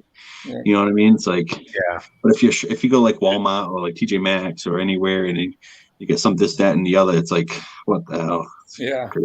I gotta try the Walmart. Not only that, but Bum, do you have any Walmarts over there? Walmart. Yeah. Any Walmarts? Walmarts. Yo, got a ton of them. That's how I said it. Walmarts. Walmarts. No, I have no Walmarts, but I got plenty of Walmarts though. Is that how I said it? I've got Walmarts over here. Just like I don't have any Targets, but I got Targets. Yeah, is there plenty of parking at the Walmart? Is that how I said? Hey, hold on a minute. I'm looking for my khakis. Oh shit! That was the definition of like somebody going full New England. Oh man, I didn't know that. Pointed it out. I want to hear how Tom parks his car at the Walmart. I park it at the Harvard Yard. I already told you this, okay? Yeah. I don't park at the Walmart. I'm trying to find my khakis. Yeah, my khakis. Yeah, I gotta find my khakis. So ghosting is off for everybody except for POS. Ah, okay. So Vega is here, and POS he means the Pigland. Yeah. What I witnessed last night was the worst thing I've ever seen on YouTube. Meaning, oh Jesus! Is he actually saying that? Does he mean worse than what the A-bomb had to say? It must be. That's a direct quote. It wasn't as offensive. Huh. I mean, as far as a waste of time, it was horrible. Like I said, I tuned in. But that's what's being said right there. Yeah. That's found my khakis. It's so hilarious because like when I went out to Denver and I met you guys, and I talked to some people and like, are you from Boston? Are you from Boston? Like everyone, like they would automatically know I was from Boston. It was hilarious. just from the accent. Yeah. Speaking of you guys visiting Denver, did you guys all see the news that Falling Rock closed? No way. Oh, really? Ran this shirt the other day. So like the most famous beer bar in I think the entire United States. Yeah. Wow. What happened? Did they change ownership or? I don't know really the whole story. I think it was something with the building, and it's a hard part of town right now. Oh, that sucks. But yeah, they did. We went. Let's see. So what? Last weekend was their last day. We went last Wednesday to say goodbye. I bought a couple of the signs off the wall. Some fried mushrooms. Those fried mushrooms are off the chain. Yeah, they didn't have any food for like the last couple of months. I think it's just it was a really sad moment for the Denver beer scene.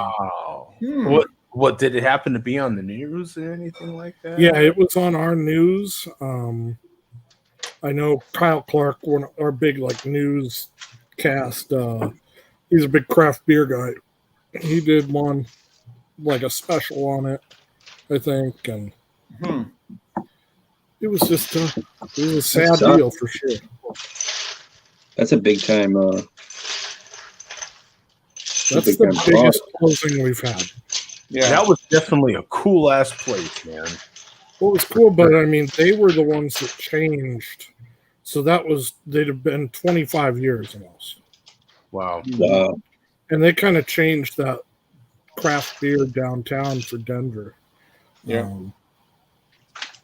And the owner that was whole really PABF week, there's from when you wake up to where you pass when you went to bed is events and stuff. And it'll be interesting to see what happens down there now. Yeah.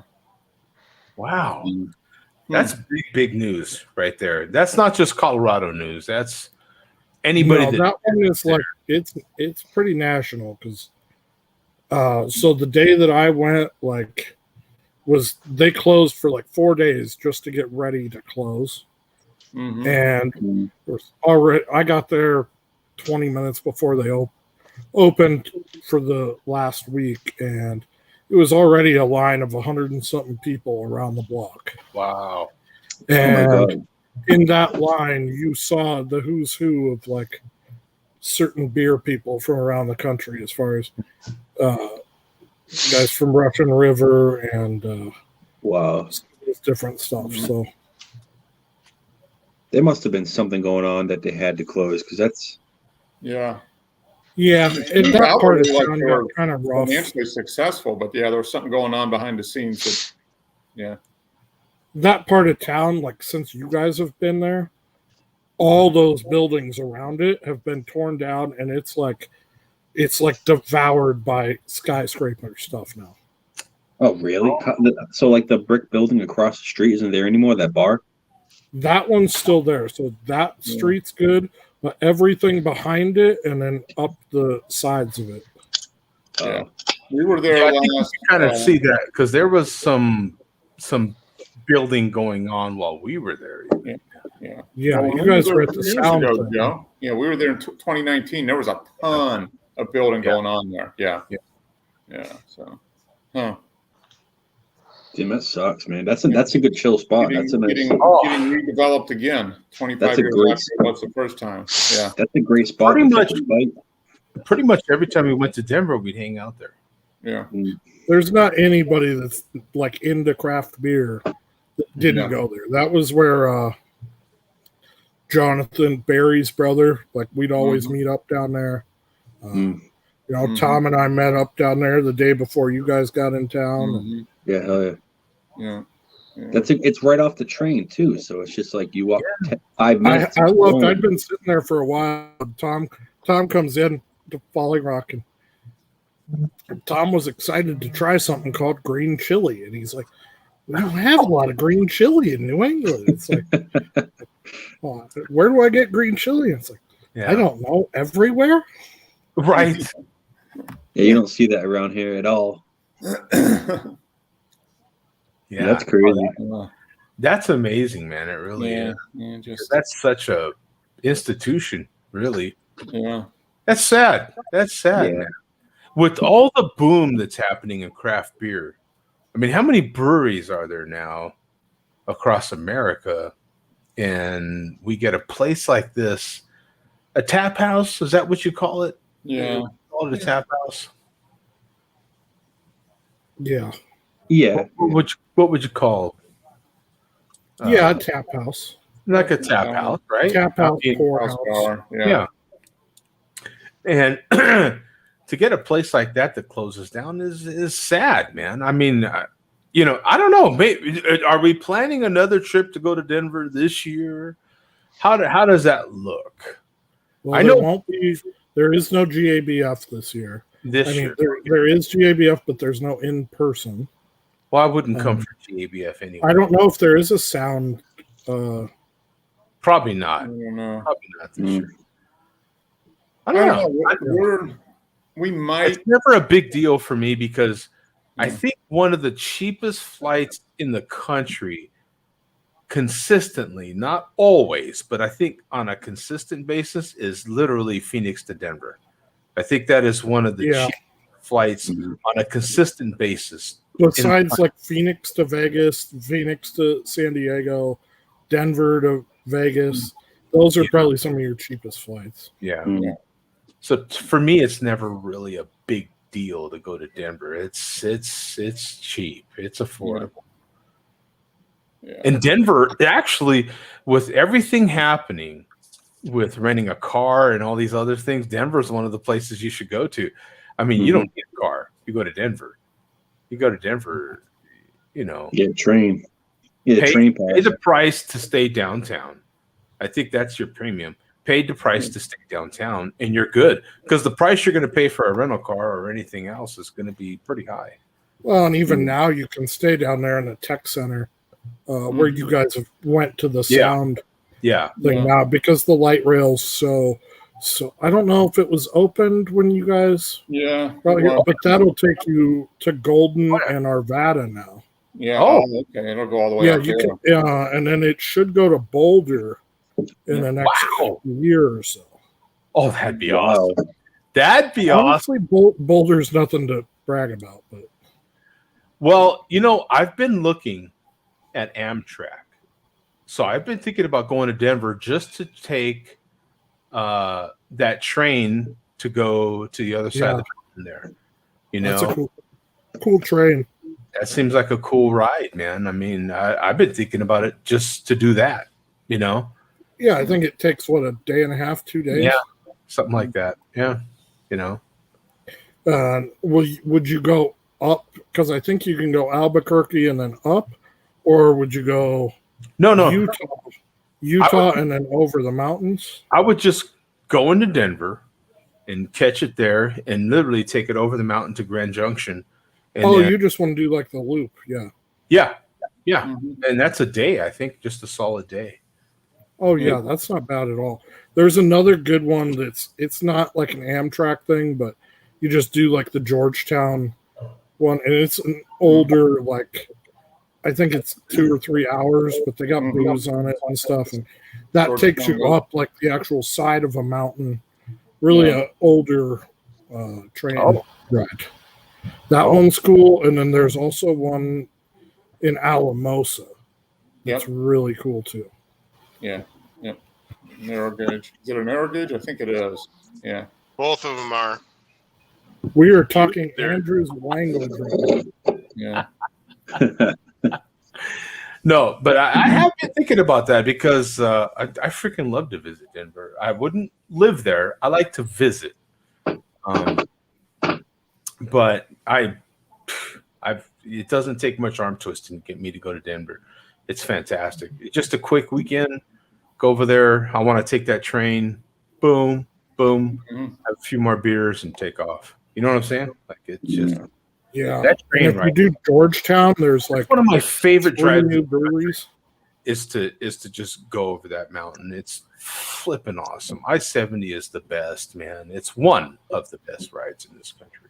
It's awesome. It is beautiful. It's a good drive, yeah. It's beautiful. And if you don't have to drive it, you can just enjoy it. Yeah. You could just enjoy it. You could sit in one of those cars that has all the windows around it. And see, I've wanted to do it from Denver all the way to San Francisco. Yeah. Well, yeah. And I heard that takes about 3.5, 4 days.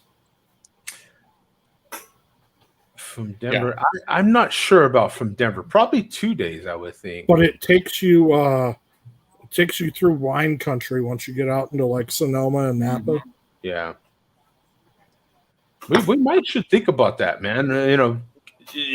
Going somewhere, catching a train, and going for a ride, man. And then let's do one from Denver to like the West Coast, and then we could do one that's like Chicago to like Philly. Yeah, or Baltimore. That'd be fun. That's a little bit more of a commitment, right? Mm. Yeah. Or you could go to Washington and catch the one to Minnesota or to Chicago. You actually got to go to Chicago to catch the one to here. Yeah, right. So, yeah. I mean, I'm kind of down for one of these trips, man. I've looked at it more than a couple times. Yeah, it's intriguing me a lot. It really is. I love the idea of just like a train. Like, hey, let's get a couple of beers, then we get on train, then we go. Yeah. Speaking of going, I wanted to do if I ever won the all right, Mark. Lottery. Hey, Mark. Good luck tomorrow, Mark. Yep. Take care, man. He's got a race, man. What I'd like to do if I ever won the lottery would be early. Get on Amtrak and basically do a figure 8 of the country. I'll be back. Hold on. Figure 8. That sounds awesome. Yeah. So what I would do is my mic sound like here. shit? Yep. Sounds okay. What I'd like to do is leave here, go out west. My iPad's all messed up. To Portland, and then down the west coast, and then back across the south through Arizona, Nevada, and Texas, over to Louisiana, get on the city of New Orleans up to Chicago, and then over towards Baltimore, Cincinnati and stuff, and then down the East Coast, back across, and then back up to Chicago and back to Minnesota. That's a sounds like a back to pattern. Minnesota. Yep, it's what they call the figure 8. I'd love to do that. That's, I don't know. I like trains. They seem comfortable. Yep. Not only that, but you don't have to go through TSA to get on the one. So what is Robert saying? If Jody ever takes a train to Chicago, I'll pick him up at the airport, show him the sights, then swell his eyes shut. Good thing you wouldn't be at the airport, Joe. Call me.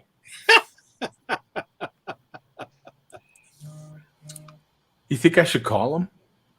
Yeah. No, I think you should call the Maybe. Monster before. Isn't there a song about that? Yeah. What? I'll slow me. your eyes shut. Maybe. No, about calling somebody and maybe. Call What, a Blondie song? Call me. Here's my number. So call me There's maybe. a Blondie song, right? Call Me. Call me. I'm thinking, was that like Vanity 6 or something? Yeah, maybe. No. Yeah. Carly Rae Jepsen. Carly Rae Jepsen. I swear to God, that wasn't what I Call was. me maybe. I swear. Call me maybe. Oh, that must be a totally different tune. I don't know. So, before anybody else has to go, I got to get Joe's take. This has been on my mind for a month and a half. Joe's what? Your take on it. Oh my! I thought I heard something. The chicken wars. Oh, the chicken wars at these. I'm sure you guys have covered it, but Joe, have you tried all the new chicken sandwiches? And by all of them, do you mean Burger King, McDonald's, Popeyes, yes, Arby's? What other one? Classics Chick-fil-A, but let's see. That's Chick-fil-A. I've had all the ones I named. So, the one what's that I really like, surprisingly, is the Burger King one. I just saw the ad for it today, and I was like, I might have to go get one.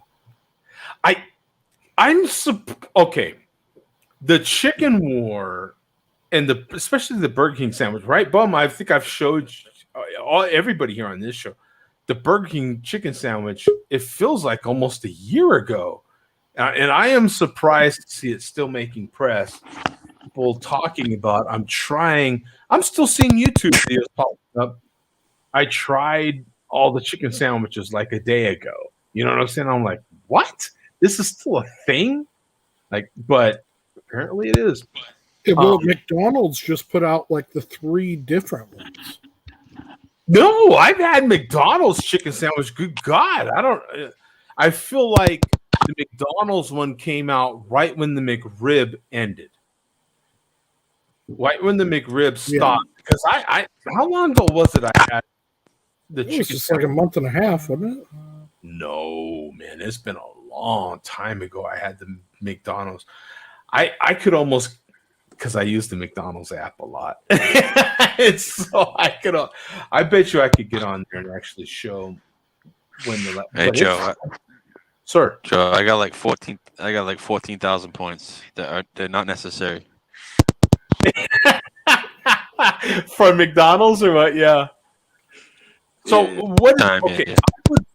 I would rank of their kind of premier chicken sandwiches that are out there from the popular national brands, right? Not the pop. I don't even care the deluxe one, like the new version that everybody's putting out. It's just chicken, right? Like sauce and pickle. Right. Sonic has one too. I haven't had the Sonic one. Hey, Bert. Try the Burger King one. The Burger King one's really good. The spicy Burger King sandwich is the one I like. And then I would call the Popeyes a close second. I love Popeyes. You know, Burger King owns Popeyes. Do so they? It kind of makes sense a little bit. Yeah, Really? that's what I heard. I didn't know that. Do they? Yeah, they're like an ownership at Popeyes. Yeah. Well, here's another one for you.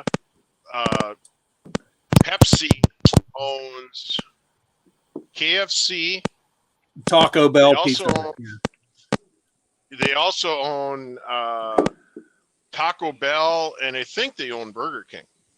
Not Pizza Hut. No, Pizza Hut. Yeah, they used to. Not Burger King. It isn't Pepsi isn't A&W Root Beer and the Long John Silver's. Long John Silver's under that umbrella as well. Yeah. Yeah, and yeah, because we have some A&Ws with KFCs here. Right. Yeah. And then we have one A&W and Long John Silver's, and I stay the farthest fuck away I can of that place. No, but okay. So, what chicken sandwich do you like, Zach? Which is the one that you? I was wanting to try the Burger King one. Honestly, it looked really good. The Popeyes one I think is the best so far because Chick-fil-A sucks. Yeah, I'm not a Chick-fil-A guy, man. I'm not. It's not good chicken. It's fuck it. They don't put. Now, I like the sauce. I will compare the Chick-fil-A. To me, I don't feel like the Chick-fil-A one compares with the Burger King or the Popeyes. I feel like it's different patty and stuff, right? Different patty, but I like a little better crisp on it, you know, like right. And the Chick-fil-A reminds me of what you'd get out of the frozen section at Costco. Like that's fine if that's what you're into. But I'm going here to get some diabetes.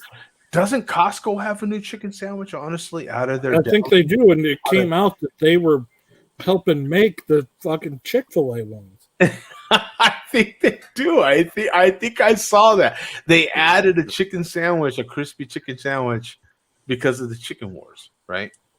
I think they did. I think the chicken wing shortage has sucked. By the way, like just knowing a lot of restaurateurs, it has hurt a lot of these dudes. I've got a buddy that owns a chicken wing only restaurant, and they had to go down to being open 3 days a week. Wow. That sucks. So what's the cause of this? What's? It was crazy because early COVID, when everything got shut down around March Madness, there was a surplus, so chicken wings were super cheap. March 2020 and April 2020 because there were so many. because there was a lot of pre-buys because of March Madness usually. And then that lapped back around, and I don't think a lot of the farms were prepared. I don't know. I love chicken wings, but there's some places doing $2 in order wings. to have a chicken sandwich war, these are all chicken breasts. In order to get chicken breasts, some chicken's got to get whacked. So like, there's got to be some chicken wings. In order to have some chicken breasts, there's got to be chicken wings somewhere. Someone's sitting on a pile of chicken wings somewhere. But think about it. How many breasts? Oh, here comes a Joe fucking sound clip. I can feel it. How many Joe breasts sees this do one you need to get? coming. How many breasts do you need to eat to get to the wing? Right. Well, 2 and 2, buddy. You know, there's that's a what's the love connection? Who 2 and 2, Chuck Woolery. Chuck Woolery. Yeah, it's 2 and 2. You got two. But you know, if you get the wings, breast, usually you're just. It's break even. Your break even point, right? Like Ramsey likes to say, right? If you're a Ramsey fan, and he's talking about your break even point on your mortgage and all this sort of thing. Should you refinance and all that sort of thing? You're like, your break even point. Your break even point's immediate. You whack the chicken, you get 2 breasts, you get 2 wings. That's the way it works. Well, technically, you get 4 wings and 2 breasts out of every chicken. Because you get a drum and a flat plus 2 breasts and a thigh. If you like the flats. I don't know, I'm big fan of the flats. What's I have no preference for either. I've been to places where I've heard people ask when they order some if they can get all breasts, or all drums or all flats. I've never had a preference, but I will say that one of the places that I've gone to for a couple years now that sells the entire wing, which is increasingly rare, they're now up to $2 per wing. Wow. Yep. Really? We have some places that are charging $2 for a flat or a drum out there. Wow. I'll never pay that. I don't know, Tom. What do you say, man? I'll never pay that $12 out here. Oh my God, no. If a place ever charged me more than $1 for a wing, I'm done. I feel like Joe and I eat wings in a similar manner, just due to our body types and our survival mechanism. It's not. We don't go to eat 6 wings. No. Yeah, a dozen at least. Okay, Andrew, I'm like an 18 at least. If you're going for just pure wings, how many you order? If you're going to order some wings and some fries, how many wings are you ordering, man?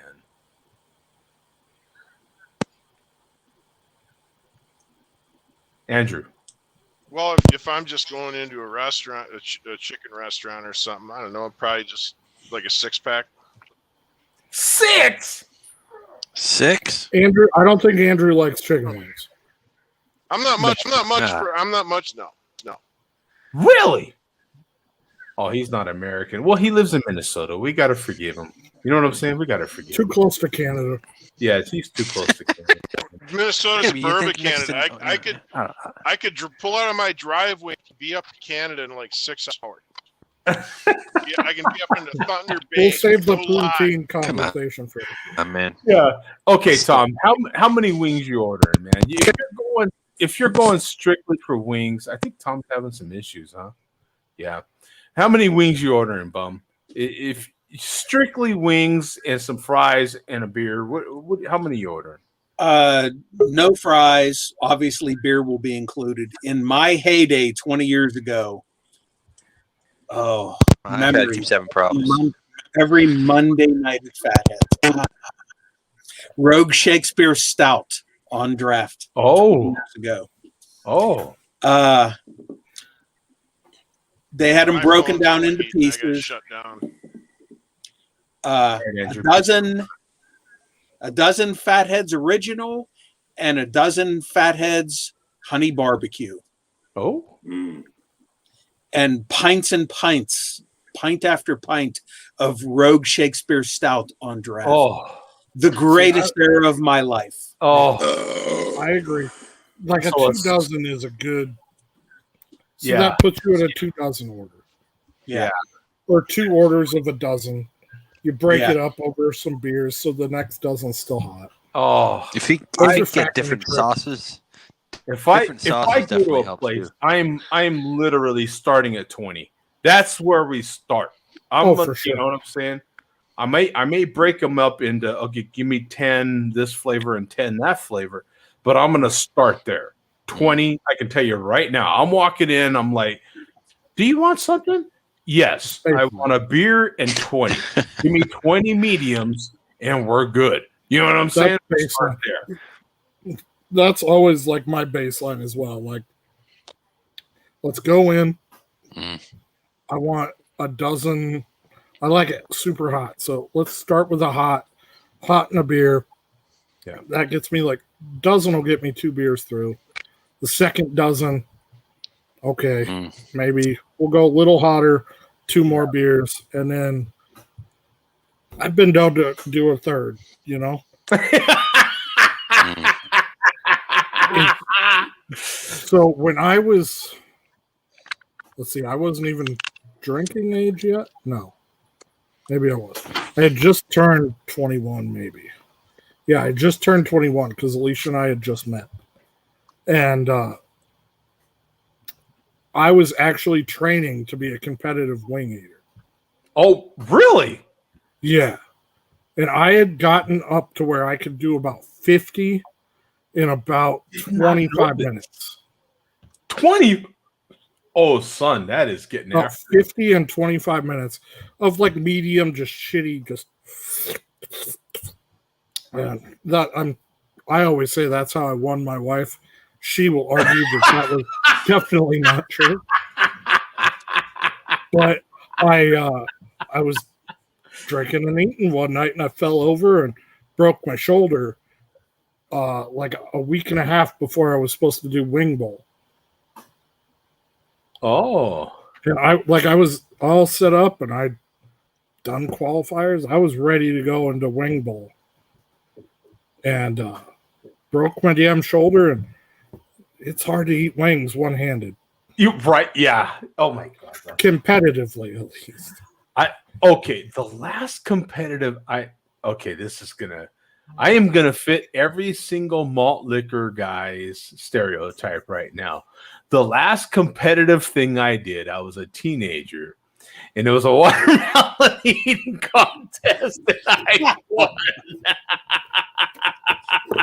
Not chicken, Joe? It wasn't chicken. Not fried chicken?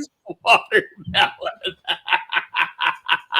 So I might as well hit the start button on the video for them. It wasn't a chicken contest, but it was a water, and I won. Yeah, you did.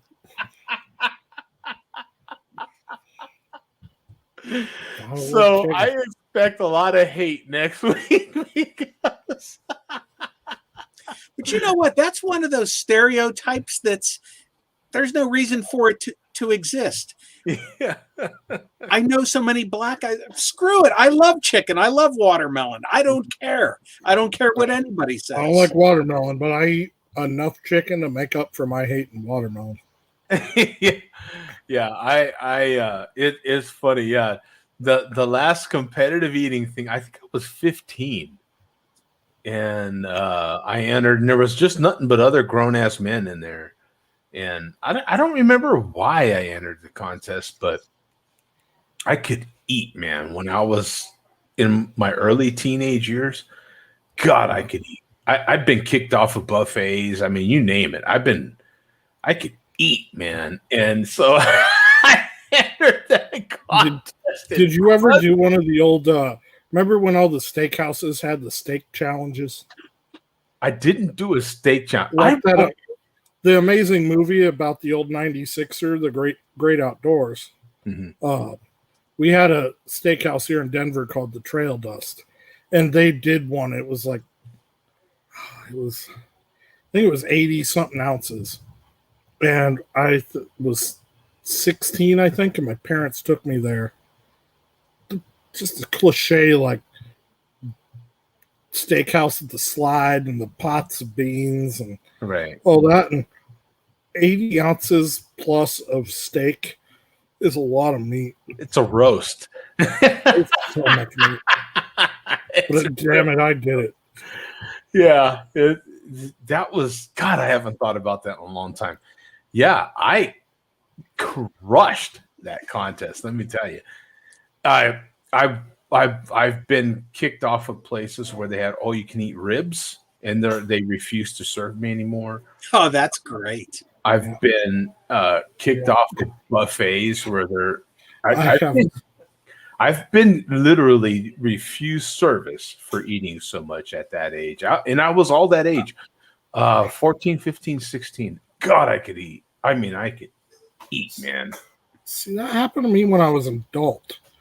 So the most wings I've ever eaten is when I was a teenager and I came down to Phoenix to stay with my aunt at the Native New Yorker. I ate what was it? Like that's 76 wings. Like 76 wings one night. Wow. Oh, God. But later in my life, so this is after the brewery opened up. I think it was like the second GABF we ever did as a brewery. The Wednesday night before everything starts. There's a big party at the Hard Rock in Denver. The brewers only. Hard Rock caters it all. Take over the street. I went to the top level. There was a line for the bathroom. And I was hungry. There was just lines. You know, when the fat guys get hungry, just find food. And there's just this table of pristine, like, it's just one of those multi-tiered trays of chicken wings. And I got that thing, man. I was just sitting there. And I just started ripping and gripping on these wings. I don't know how many I ate. I don't know. I'd already ate some outside. Yeah. But because there wasn't a line for these, I was just demolishing the table. All of a sudden, somebody taps me on the back. And it's one of their staff going, "Sir, we've been watching you, and we think you've had enough. Yeah. Oh my God. You're not allowed any more chicken tonight." Yeah. At that point you go, whoa, how much did I actually have? Yeah, it happens, man. I'm telling you. And there was a guy named Manuel and a guy named Daniel back in the day. And the three of us were kicked. It wasn't just me. Trust me. It wasn't just me that we get. I didn't go by myself and I get kicked out. But when the three of us would get together and eat somewhere that at an all-you-can-eat place or something like that, I've been kicked out probably 4 or 5 times in my life. I've been refused for eating so much. The three of us. It would be the three of us. But here's my question to the both of you. If at that point you've eaten so much that they feel the need to come up to you and say you've had enough, wouldn't you think they would have said to themselves, we might as well let them go, because how much more at this point could they possibly continue to eat? I don't think they were. Let's just let them go. I don't think they're willing to figure it out. Yeah. there's a point like I've slowed down a lot in my older age. Like I learned I was just a bit of a food addict. I mean, for a few years there, it was, 36, 40 wings was nothing for me. 12, 14 tacos was nothing for me. And I've had to slow down, but when I would eat wings and tacos were like my kryptonite. There was no limit. I never got full.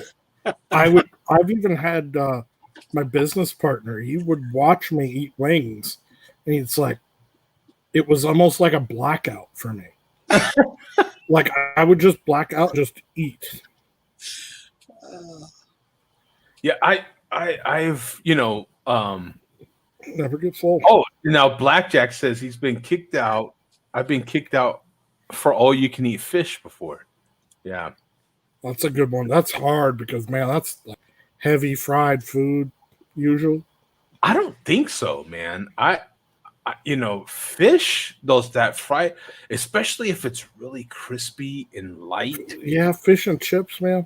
Bull and Bush. Next time you're in town, Joe, we're gonna go to Bull and Bush.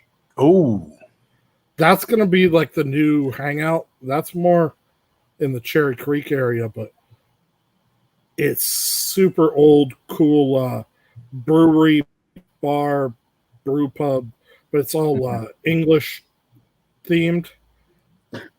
Throws you back to like a London pub. They do the best fish and chips in town. I think on Wednesdays it's all you can eat fish and chips. Ooh, for like $15. I flipping love fish. It's the reason I want it. I am so obsessed with. Don't get me wrong. I freaking love tacos. I love wings. I love all these things. But it's the reason I want to go to the UK. I literally want to get off the plane and immediately find me a proper fish and chips place. I don't give a flying rip about some of the finest foods in the UK. Don't give a damn. I want proper fish and chips from the UK. I have watched reviews on YouTube. Reviews on YouTube. Tons of them on where to go when I get there finally for proper fish and chips. You know what I'm saying? Yeah. Oh yeah, I've been down that rabbit hole. I love fishing. I've got a great recipe because I don't know when I'll ever go to the UK. So like I've had to figure out how to do it. And yeah, do you dip in curry, do you think? Or do you just like the vinegar and some tartar sauce? I like I want it all proper. So to me, it's, you know what I'm saying? Like I want it, I'm willing to experiment, but I like the proper vinegar. You know what I'm saying? Malt vinegar with some lemon and tartar sauce. But like I've talked to a lot of people from over there, and they have something else. You don't want to. It depends on what region you're from, right, or whatever. That some of them they dip it in curry. I would do that before I would in tartar it is sauce. So I've never good. been a tartar sauce fan. Like find a fish and chips place that'll give you a side of curry. And I'm malt vinegar till I die, but yeah. Curry. I have malt vinegar right now in the pantry. I'm telling you, I love it. Oh, always. It's the most underrated condiment for sure. But that and some mushy peas, man. Oh yeah. That's what it is. The mushy peas. I was trying to think. There's something else they serve with it, and it's the peas, right? Yeah, gotta have the peas, man. Yeah, in the UK they serve the peas. There is every Friday, Native, the franchise you talked about. Every Friday they serve all you can eat fish, and I always had a good time at Native. It was, I mean, it's not awesome, but no. It's, you don't write home to mama about it. You're like, dear mom, this is the best sports bar I ever been to. No, but it's cool. You come. We had one open here, and it lasted maybe a year. Oh, okay. No, Native is cool. The one by me gets pretty crowded because there's not a lot by me. But it's a sports bar, wing, whatever. It's Applebee's. I think they had too much. It's too much breading on their wings for me. Well, I'm a naked wing guy, right? I don't necessarily, I don't.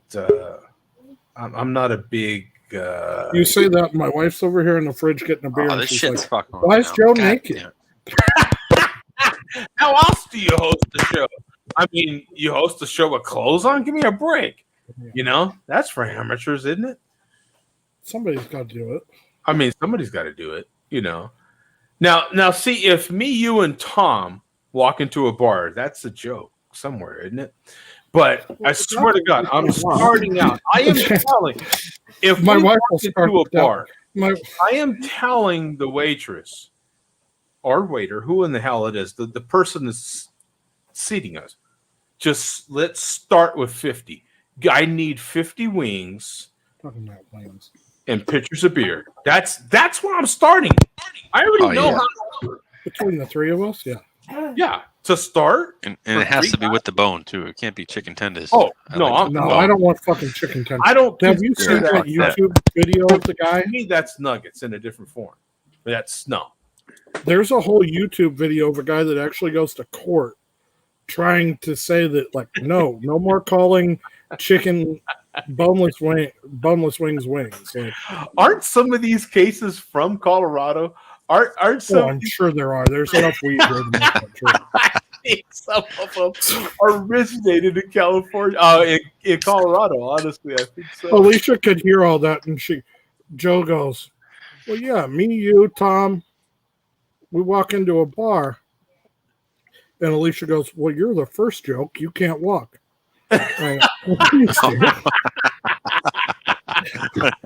So we got a New Englander, a cripple, and a black guy. And Exactly. That's the joke. That's the joke. Yeah. Yeah. Stroll into a bar, right? Yeah. Yeah. Stroll into a bar. Yeah. No, I already know. Now, one of these days I'm going to get to Pittsburgh because to me, Pittsburgh.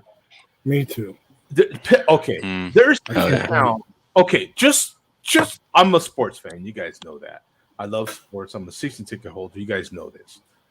Just like it would be, and it is for me, there's places I want to go to watch. I love baseball. I want to watch the Dodgers play in particular stadiums in this country. Pittsburgh's at the top of my list. For me, Pittsburgh is one of those places. I'm a foodie. I like good finger food, good hand food, good, food to me that is blue collar Americana. To me, Boston's one of them. I've had plenty of Boston. I've been there a lot. And Pittsburgh, I need to get to Pittsburgh some more. I have not been there to specifically had food. I've been to Philly a lot and had plenty of fantastic food. Very different city, though. Hand food. You know what I'm saying? But Pittsburgh's a different place. Lots of fantastic sandwiches. They're just known for blue collar eating, right? Like no utensils needed. Exactly. Right? Anytime you want to go to Pittsburgh, is that not the stereotype of Pittsburgh food? It's the stereotype. Obviously, that's not the only thing, but right. That's the. What's the? They got a famous sandwich place out there. What is it? Kamani Brothers. Right. Okay. Yeah. That's with the fries and the slaw on thick Italian bread. Right. Yeah. That sounds so good right now. That's the most famous, right? Yeah. Yeah. But I'm sure there's a local that does it a little bit better, probably. That is the originator, Kamani Brothers. Oh, okay. There were two locations for probably about their first 50 or 60 years, and now they're kind of like a chain here, local Pittsburgh. And I think there might be a couple out of state now, possibly. Yeah, it's just there's so much there, man. They have their own pizza. I would like to try some of their, Pittsburgh pizza. My God, I live in a suburb, and you were asking earlier, Joe, off air about breweries within a 5-mile radius. Mm-hmm. Within a 3-mile radius of me in the middle of the burbs, I probably have close to 50 pizza places. Holy crap. I bet. Oh, so your pizza is like my beer. Exactly. Yeah, I would. That's a good comparison. And it's funny because I only have. So are we excluding like Domino's and Pizza Hut? Yeah. I'm not counting chains. I'm talking mom and pop pizza shops. If you disclose Pizza Hut and Domino's, I have 2 pizza places within 15 minutes of my house. Wow, Right. that's far. Maybe I guess 3. The one is like a Italian restaurant. Now, see, this is going to sound odd, but for me, I'm not a big. Now, see, people say I love seafood, but they really mean shelled fish. I love actual seafood. If it swims, I'll eat it. I'm not a big shelled fish person. Sea bugs, right, Joe? Sea bugs, absolutely. If man. I go to Boston, yeah, I want some good fish. I'll be right back. You go to The other Foxwoods. thing that Boston is known for is Italian food. Boston has an Italian culture, right? Oh yeah, hell yeah! There's Italians everywhere. some You some get some real good fantastic Italian food. Exactly. That's the other little hidden secret about Boston. It's so well known for its lobster and all these other things, but the clam chowder, right? Those things are fantastic. Oh man, but hell yeah! Italian food, right? Yeah, you go to Boston, you'll get some real good sandwiches. You'll get yourself some real good Italian food. That's a good time out there. Yeah. If you want it, it's out there definitely for Italian. Yeah, there's some you go on down the things- south. There's a lot of areas in Boston that I don't still know about. But when I used to work as a trucker, like a helper, we used to go to certain places and certain streets, and you could tell these places. Some places you could like really expensive, and like you know what I mean, like sandwich shops and like that. And there's a lot of. Whoa. I used to go back in the day to the Boston market, to the actual meat market. And, when I drove over the road. And around these markets is always some fantastic food trucks, and just little places to order food from. And that's my memories of some of these places, especially the Boston market. There were some fantastic joints just in and around the market. You probably remember Faneuil Hall, right? Oof, names I'm not. I just remember it's so long ago. I'm sorry, I keep trying to come back in, but my iPad, I don't know what the hell's happening with it. It just keeps knocking me out. Faneuil Hall is it's pretty close to Fenway Park, but it's just it's an indoor place. You can go inside, and then they have like an outdoor spot where they sell like a lot of fruits and stuff. But it's an indoor spot. They have it's like a kind of like when you go to like a mall and they'll have like a food court. They'll have like a whole.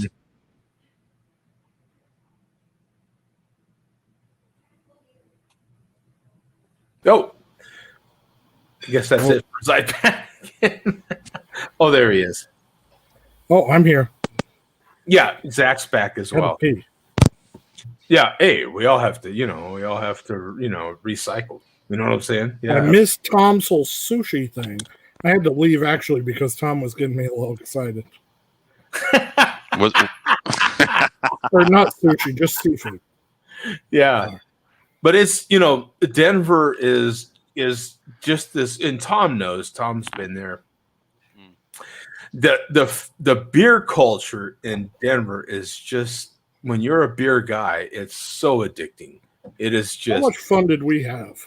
Oh, every time I go.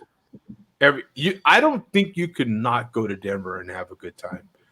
I don't think it's possible. There's always something happening there. Always.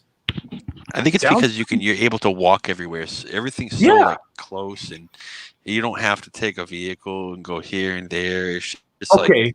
Now you want to go here? Let's go there. Let's walk there, or take the bus. Now he was making a larger point earlier about how much building is going up. They're putting high rises. How much has the culture of downtown changed now? Downtown,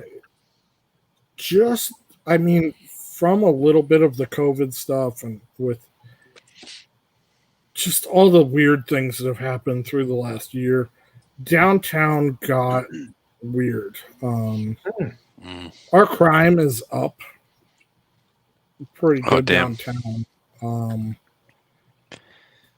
It's just different. So, but it's also different because there's not it's just starting to come back that there's festivals, but we don't have all the festivals every weekend. The brewery, we would have 2 to 3 festivals a weekend. From end of May all the way to after GABF in October. Yeah. And it just was a lot. And I think we're kind of taken back on that to where now you're going and you're seeing we're busier than we've ever been in our tap room. I mean, it is just, we're not even selling to restaurants and bars right now because we've got our patio rolling really good. Good. The tap room's been great. People have been, it's just been crazy. Like we've never been this busy. Good. And I think that's what it's been for a lot of places. People are like, let's go get beers, let's go get food, but they're still not going downtown as much. Still not down for that kind of open social kind of thing. We did our anniversary. So our 7th anniversary was June 21st. Right. Yeah, I saw that online. And we did the party on the 26th. Yeah. And it was great. It was in our top 2 or 3 days we've ever had in 7 years. Good. And it was crowded, but everybody, they kind of learn you respect some people's boundaries, but it's people are getting cool with being a little tighter. It's more just like, where can we go and hang out, and where is the vibe right now? Right. People are really craving like where they feel like it's home. Yeah, hell yeah. It seems like it's been a different thing. Bum, do you find this? You go to your favorite establishment every once in a while. Well, quite a bit. What it seems like to me, people are kind of used to that space now, whereas before they'd have stood right behind you in a line. It seems like people are like kind of used to that gap now, like giving you some space. Or are you finding different? No, not where I'm at. We're just back to where we were before. Oh Jesus! No masks, crowded together. It's like nothing ever happened in the last year and a half. It seems like to me. Well, no masks have been in Arizona for a while already, but it seems like if I'm in a line somewhere, people kind of still naturally, maybe it's not 6 foot, but they still naturally give us space in general, not all the time. There's still an occasional occurrence of that, but in general, maybe there's some trepidation with some people as far as where should I go to the bar as far as ordering, and yeah, I mean, there's still some of that, but for the most part, these places are getting packed where I'm at anymore. Now I'm fully vaccinated. Any of us here, all of us here, are fully vaccinated. Yep. Tom, you're still not. No, or? I'm not. Okay. So I will at some point, but I haven't gotten to it. Sure. It's all the preference. It's all about what you choose. So Zach, you're a business owner. So what are you seeing from your customers in your establishment? Is there a space being given kind of naturally? Are you sitting everybody at every table now? What's the procedure? It's been waiting and seeing how the social dynamic changes itself or how it adjusts. People are creatures of habit, to say the least of it, to where it takes a little bit to let it build, and then one person kind of sees somebody else do it, and then they get a little bit more used to that. It just takes some time. Even with bar seating, it took time for people. I think one of the not great things that was done when all this started relaxing was, we had leadership as far as, well, don't do this. This isn't allowed. These are the restrictions, all that. There wasn't a lot of that great leadership when it came to this is now allowed. This is what you can do. There wasn't anybody really talking at that point. to where it really has taken time for people to realize if you want to wear a mask, that's fine, but we don't require it. No, we don't have to do table service right now. Come up to the bar and order. That'd be great. Yeah, go see your buddy that's sitting at another table or sit at the bar. It's been waiting for people to get back with that. Most of ours are now back to about normal, but there's still that hesitation when you haven't seen somebody in a year and a half of, do you give a hug? Can you fist bump? People are weird about high fives still right now. Do you wave across the bar? Do you even go see that person? That's been really interesting to see.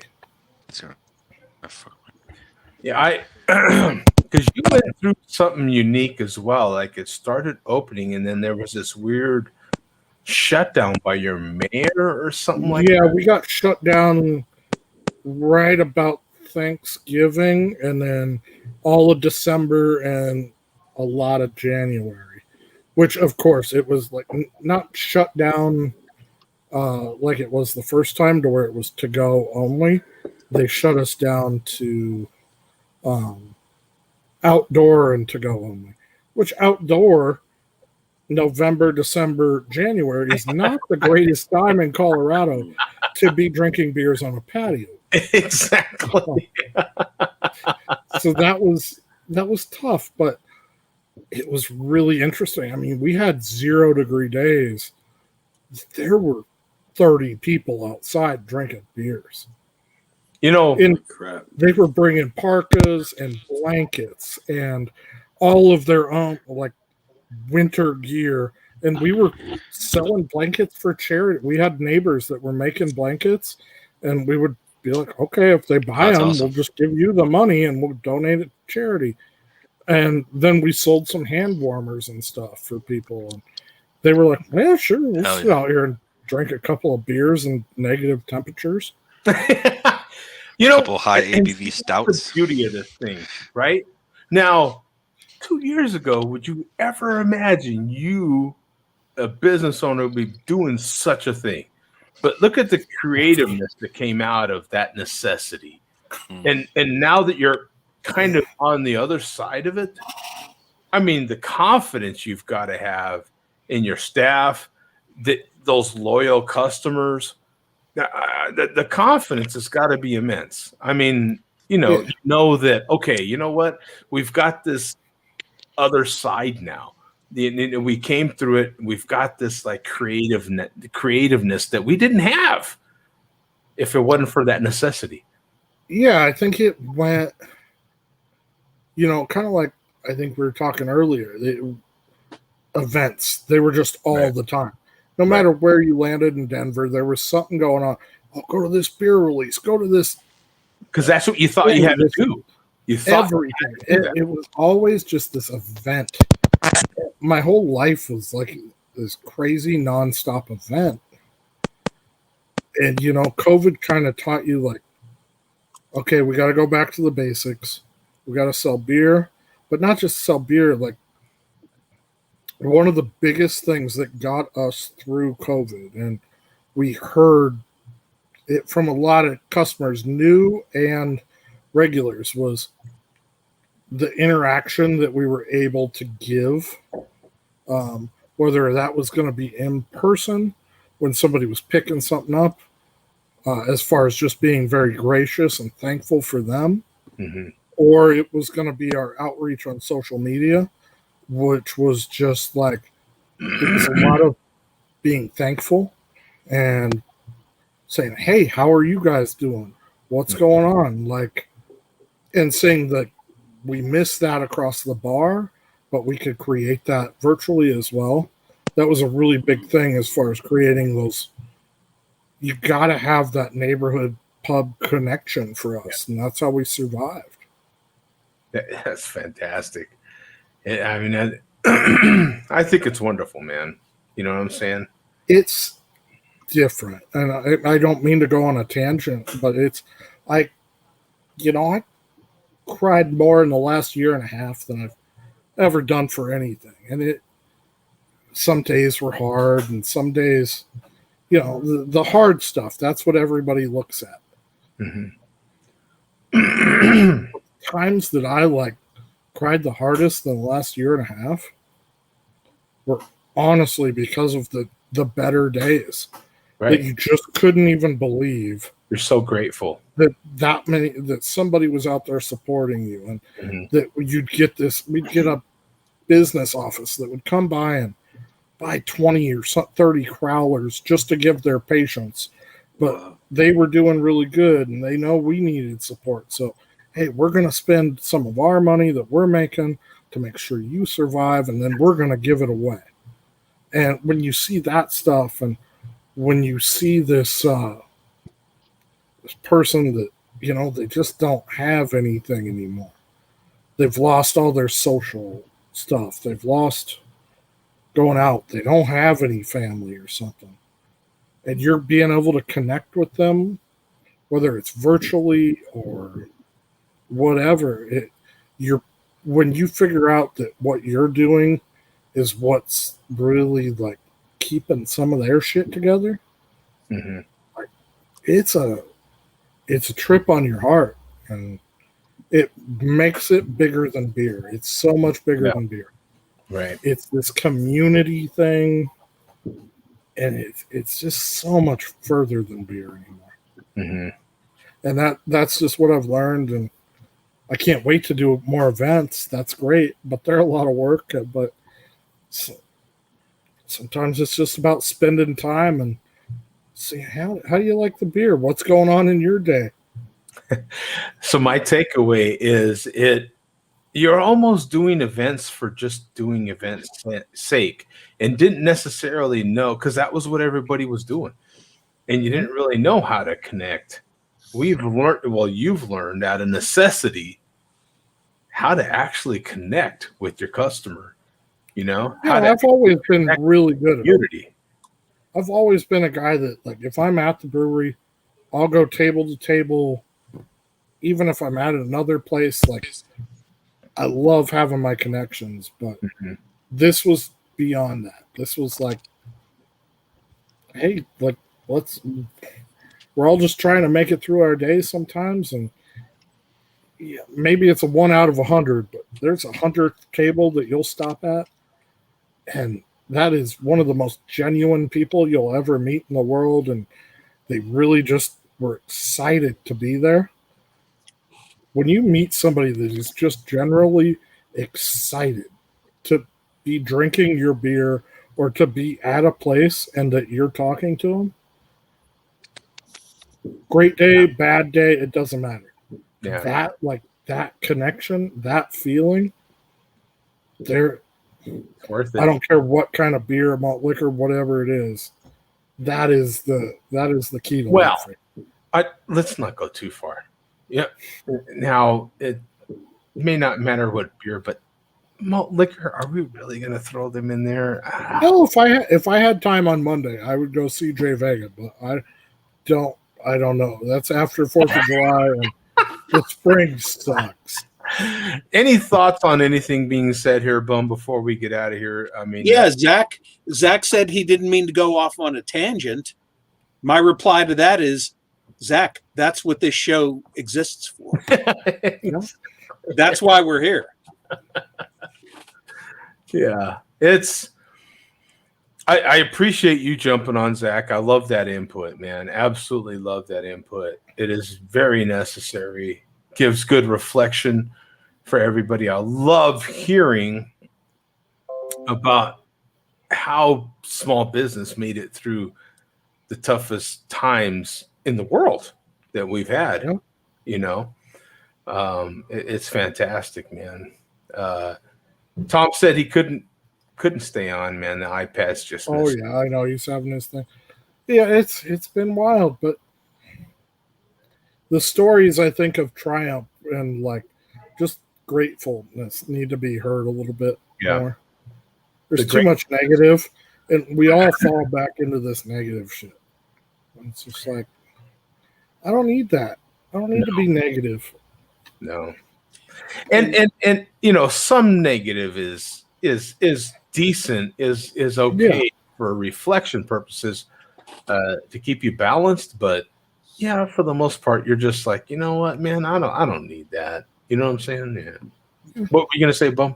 I was just going to say before we go, obviously I'm on here every week, and I'm a participant in the show every week, but I remain a fan of the show. And I got to say, Zach, it was great to have you and Tom back on here in the same week. It's like a reunion of old friends. Yes. Yeah, it's always good to be back. It has been so crazy. I'm just glad I got a Saturday to just like chill out, man. Yeah. I remain a fan of the show first and foremost, even though I'm a participant. So I don't know what show I'll make. It won't be next week because the wife's birthday. We're going to go out for dinner, but maybe the week after or the week after that. The next time you see me, I'm getting a malt liquor, and I'm going to get a big one. I'm gonna do it with you. Whoa! Let me know in advance what it's going to be. If it's something I haven't tried this year yet, I got to figure out even how to get that shit. I've mastered how to get it. I've got that down to a science. I don't know. I may have to go down and try to find a drug dealer or something. Zach, I can always send you one if you want. I live in the suburbs. I don't even know where to get this shit. Zach, believe it or not, I actually have a surplus here in my basement. If you need to collect something. Yeah. Let me know. Hey, thank you guys. An incredible discussion. Thank you so much. Zach, Bum, Mark, Tom. Our dear friend Andrew. I mean, thank you to everyone in the pre-show. Yeah, Coach is in the pre-show. And did he not pop in during the show or just in the pre-show? Anyway, Coach, thank you to everybody, man, that pops in here. We appreciate all of you guys. Hans was in the chat. We'll see you, man. Peace out. Next week. Have a great 4th. See you guys. Hey, see you guys. Absolutely. Happy Independence Day, man. All righty.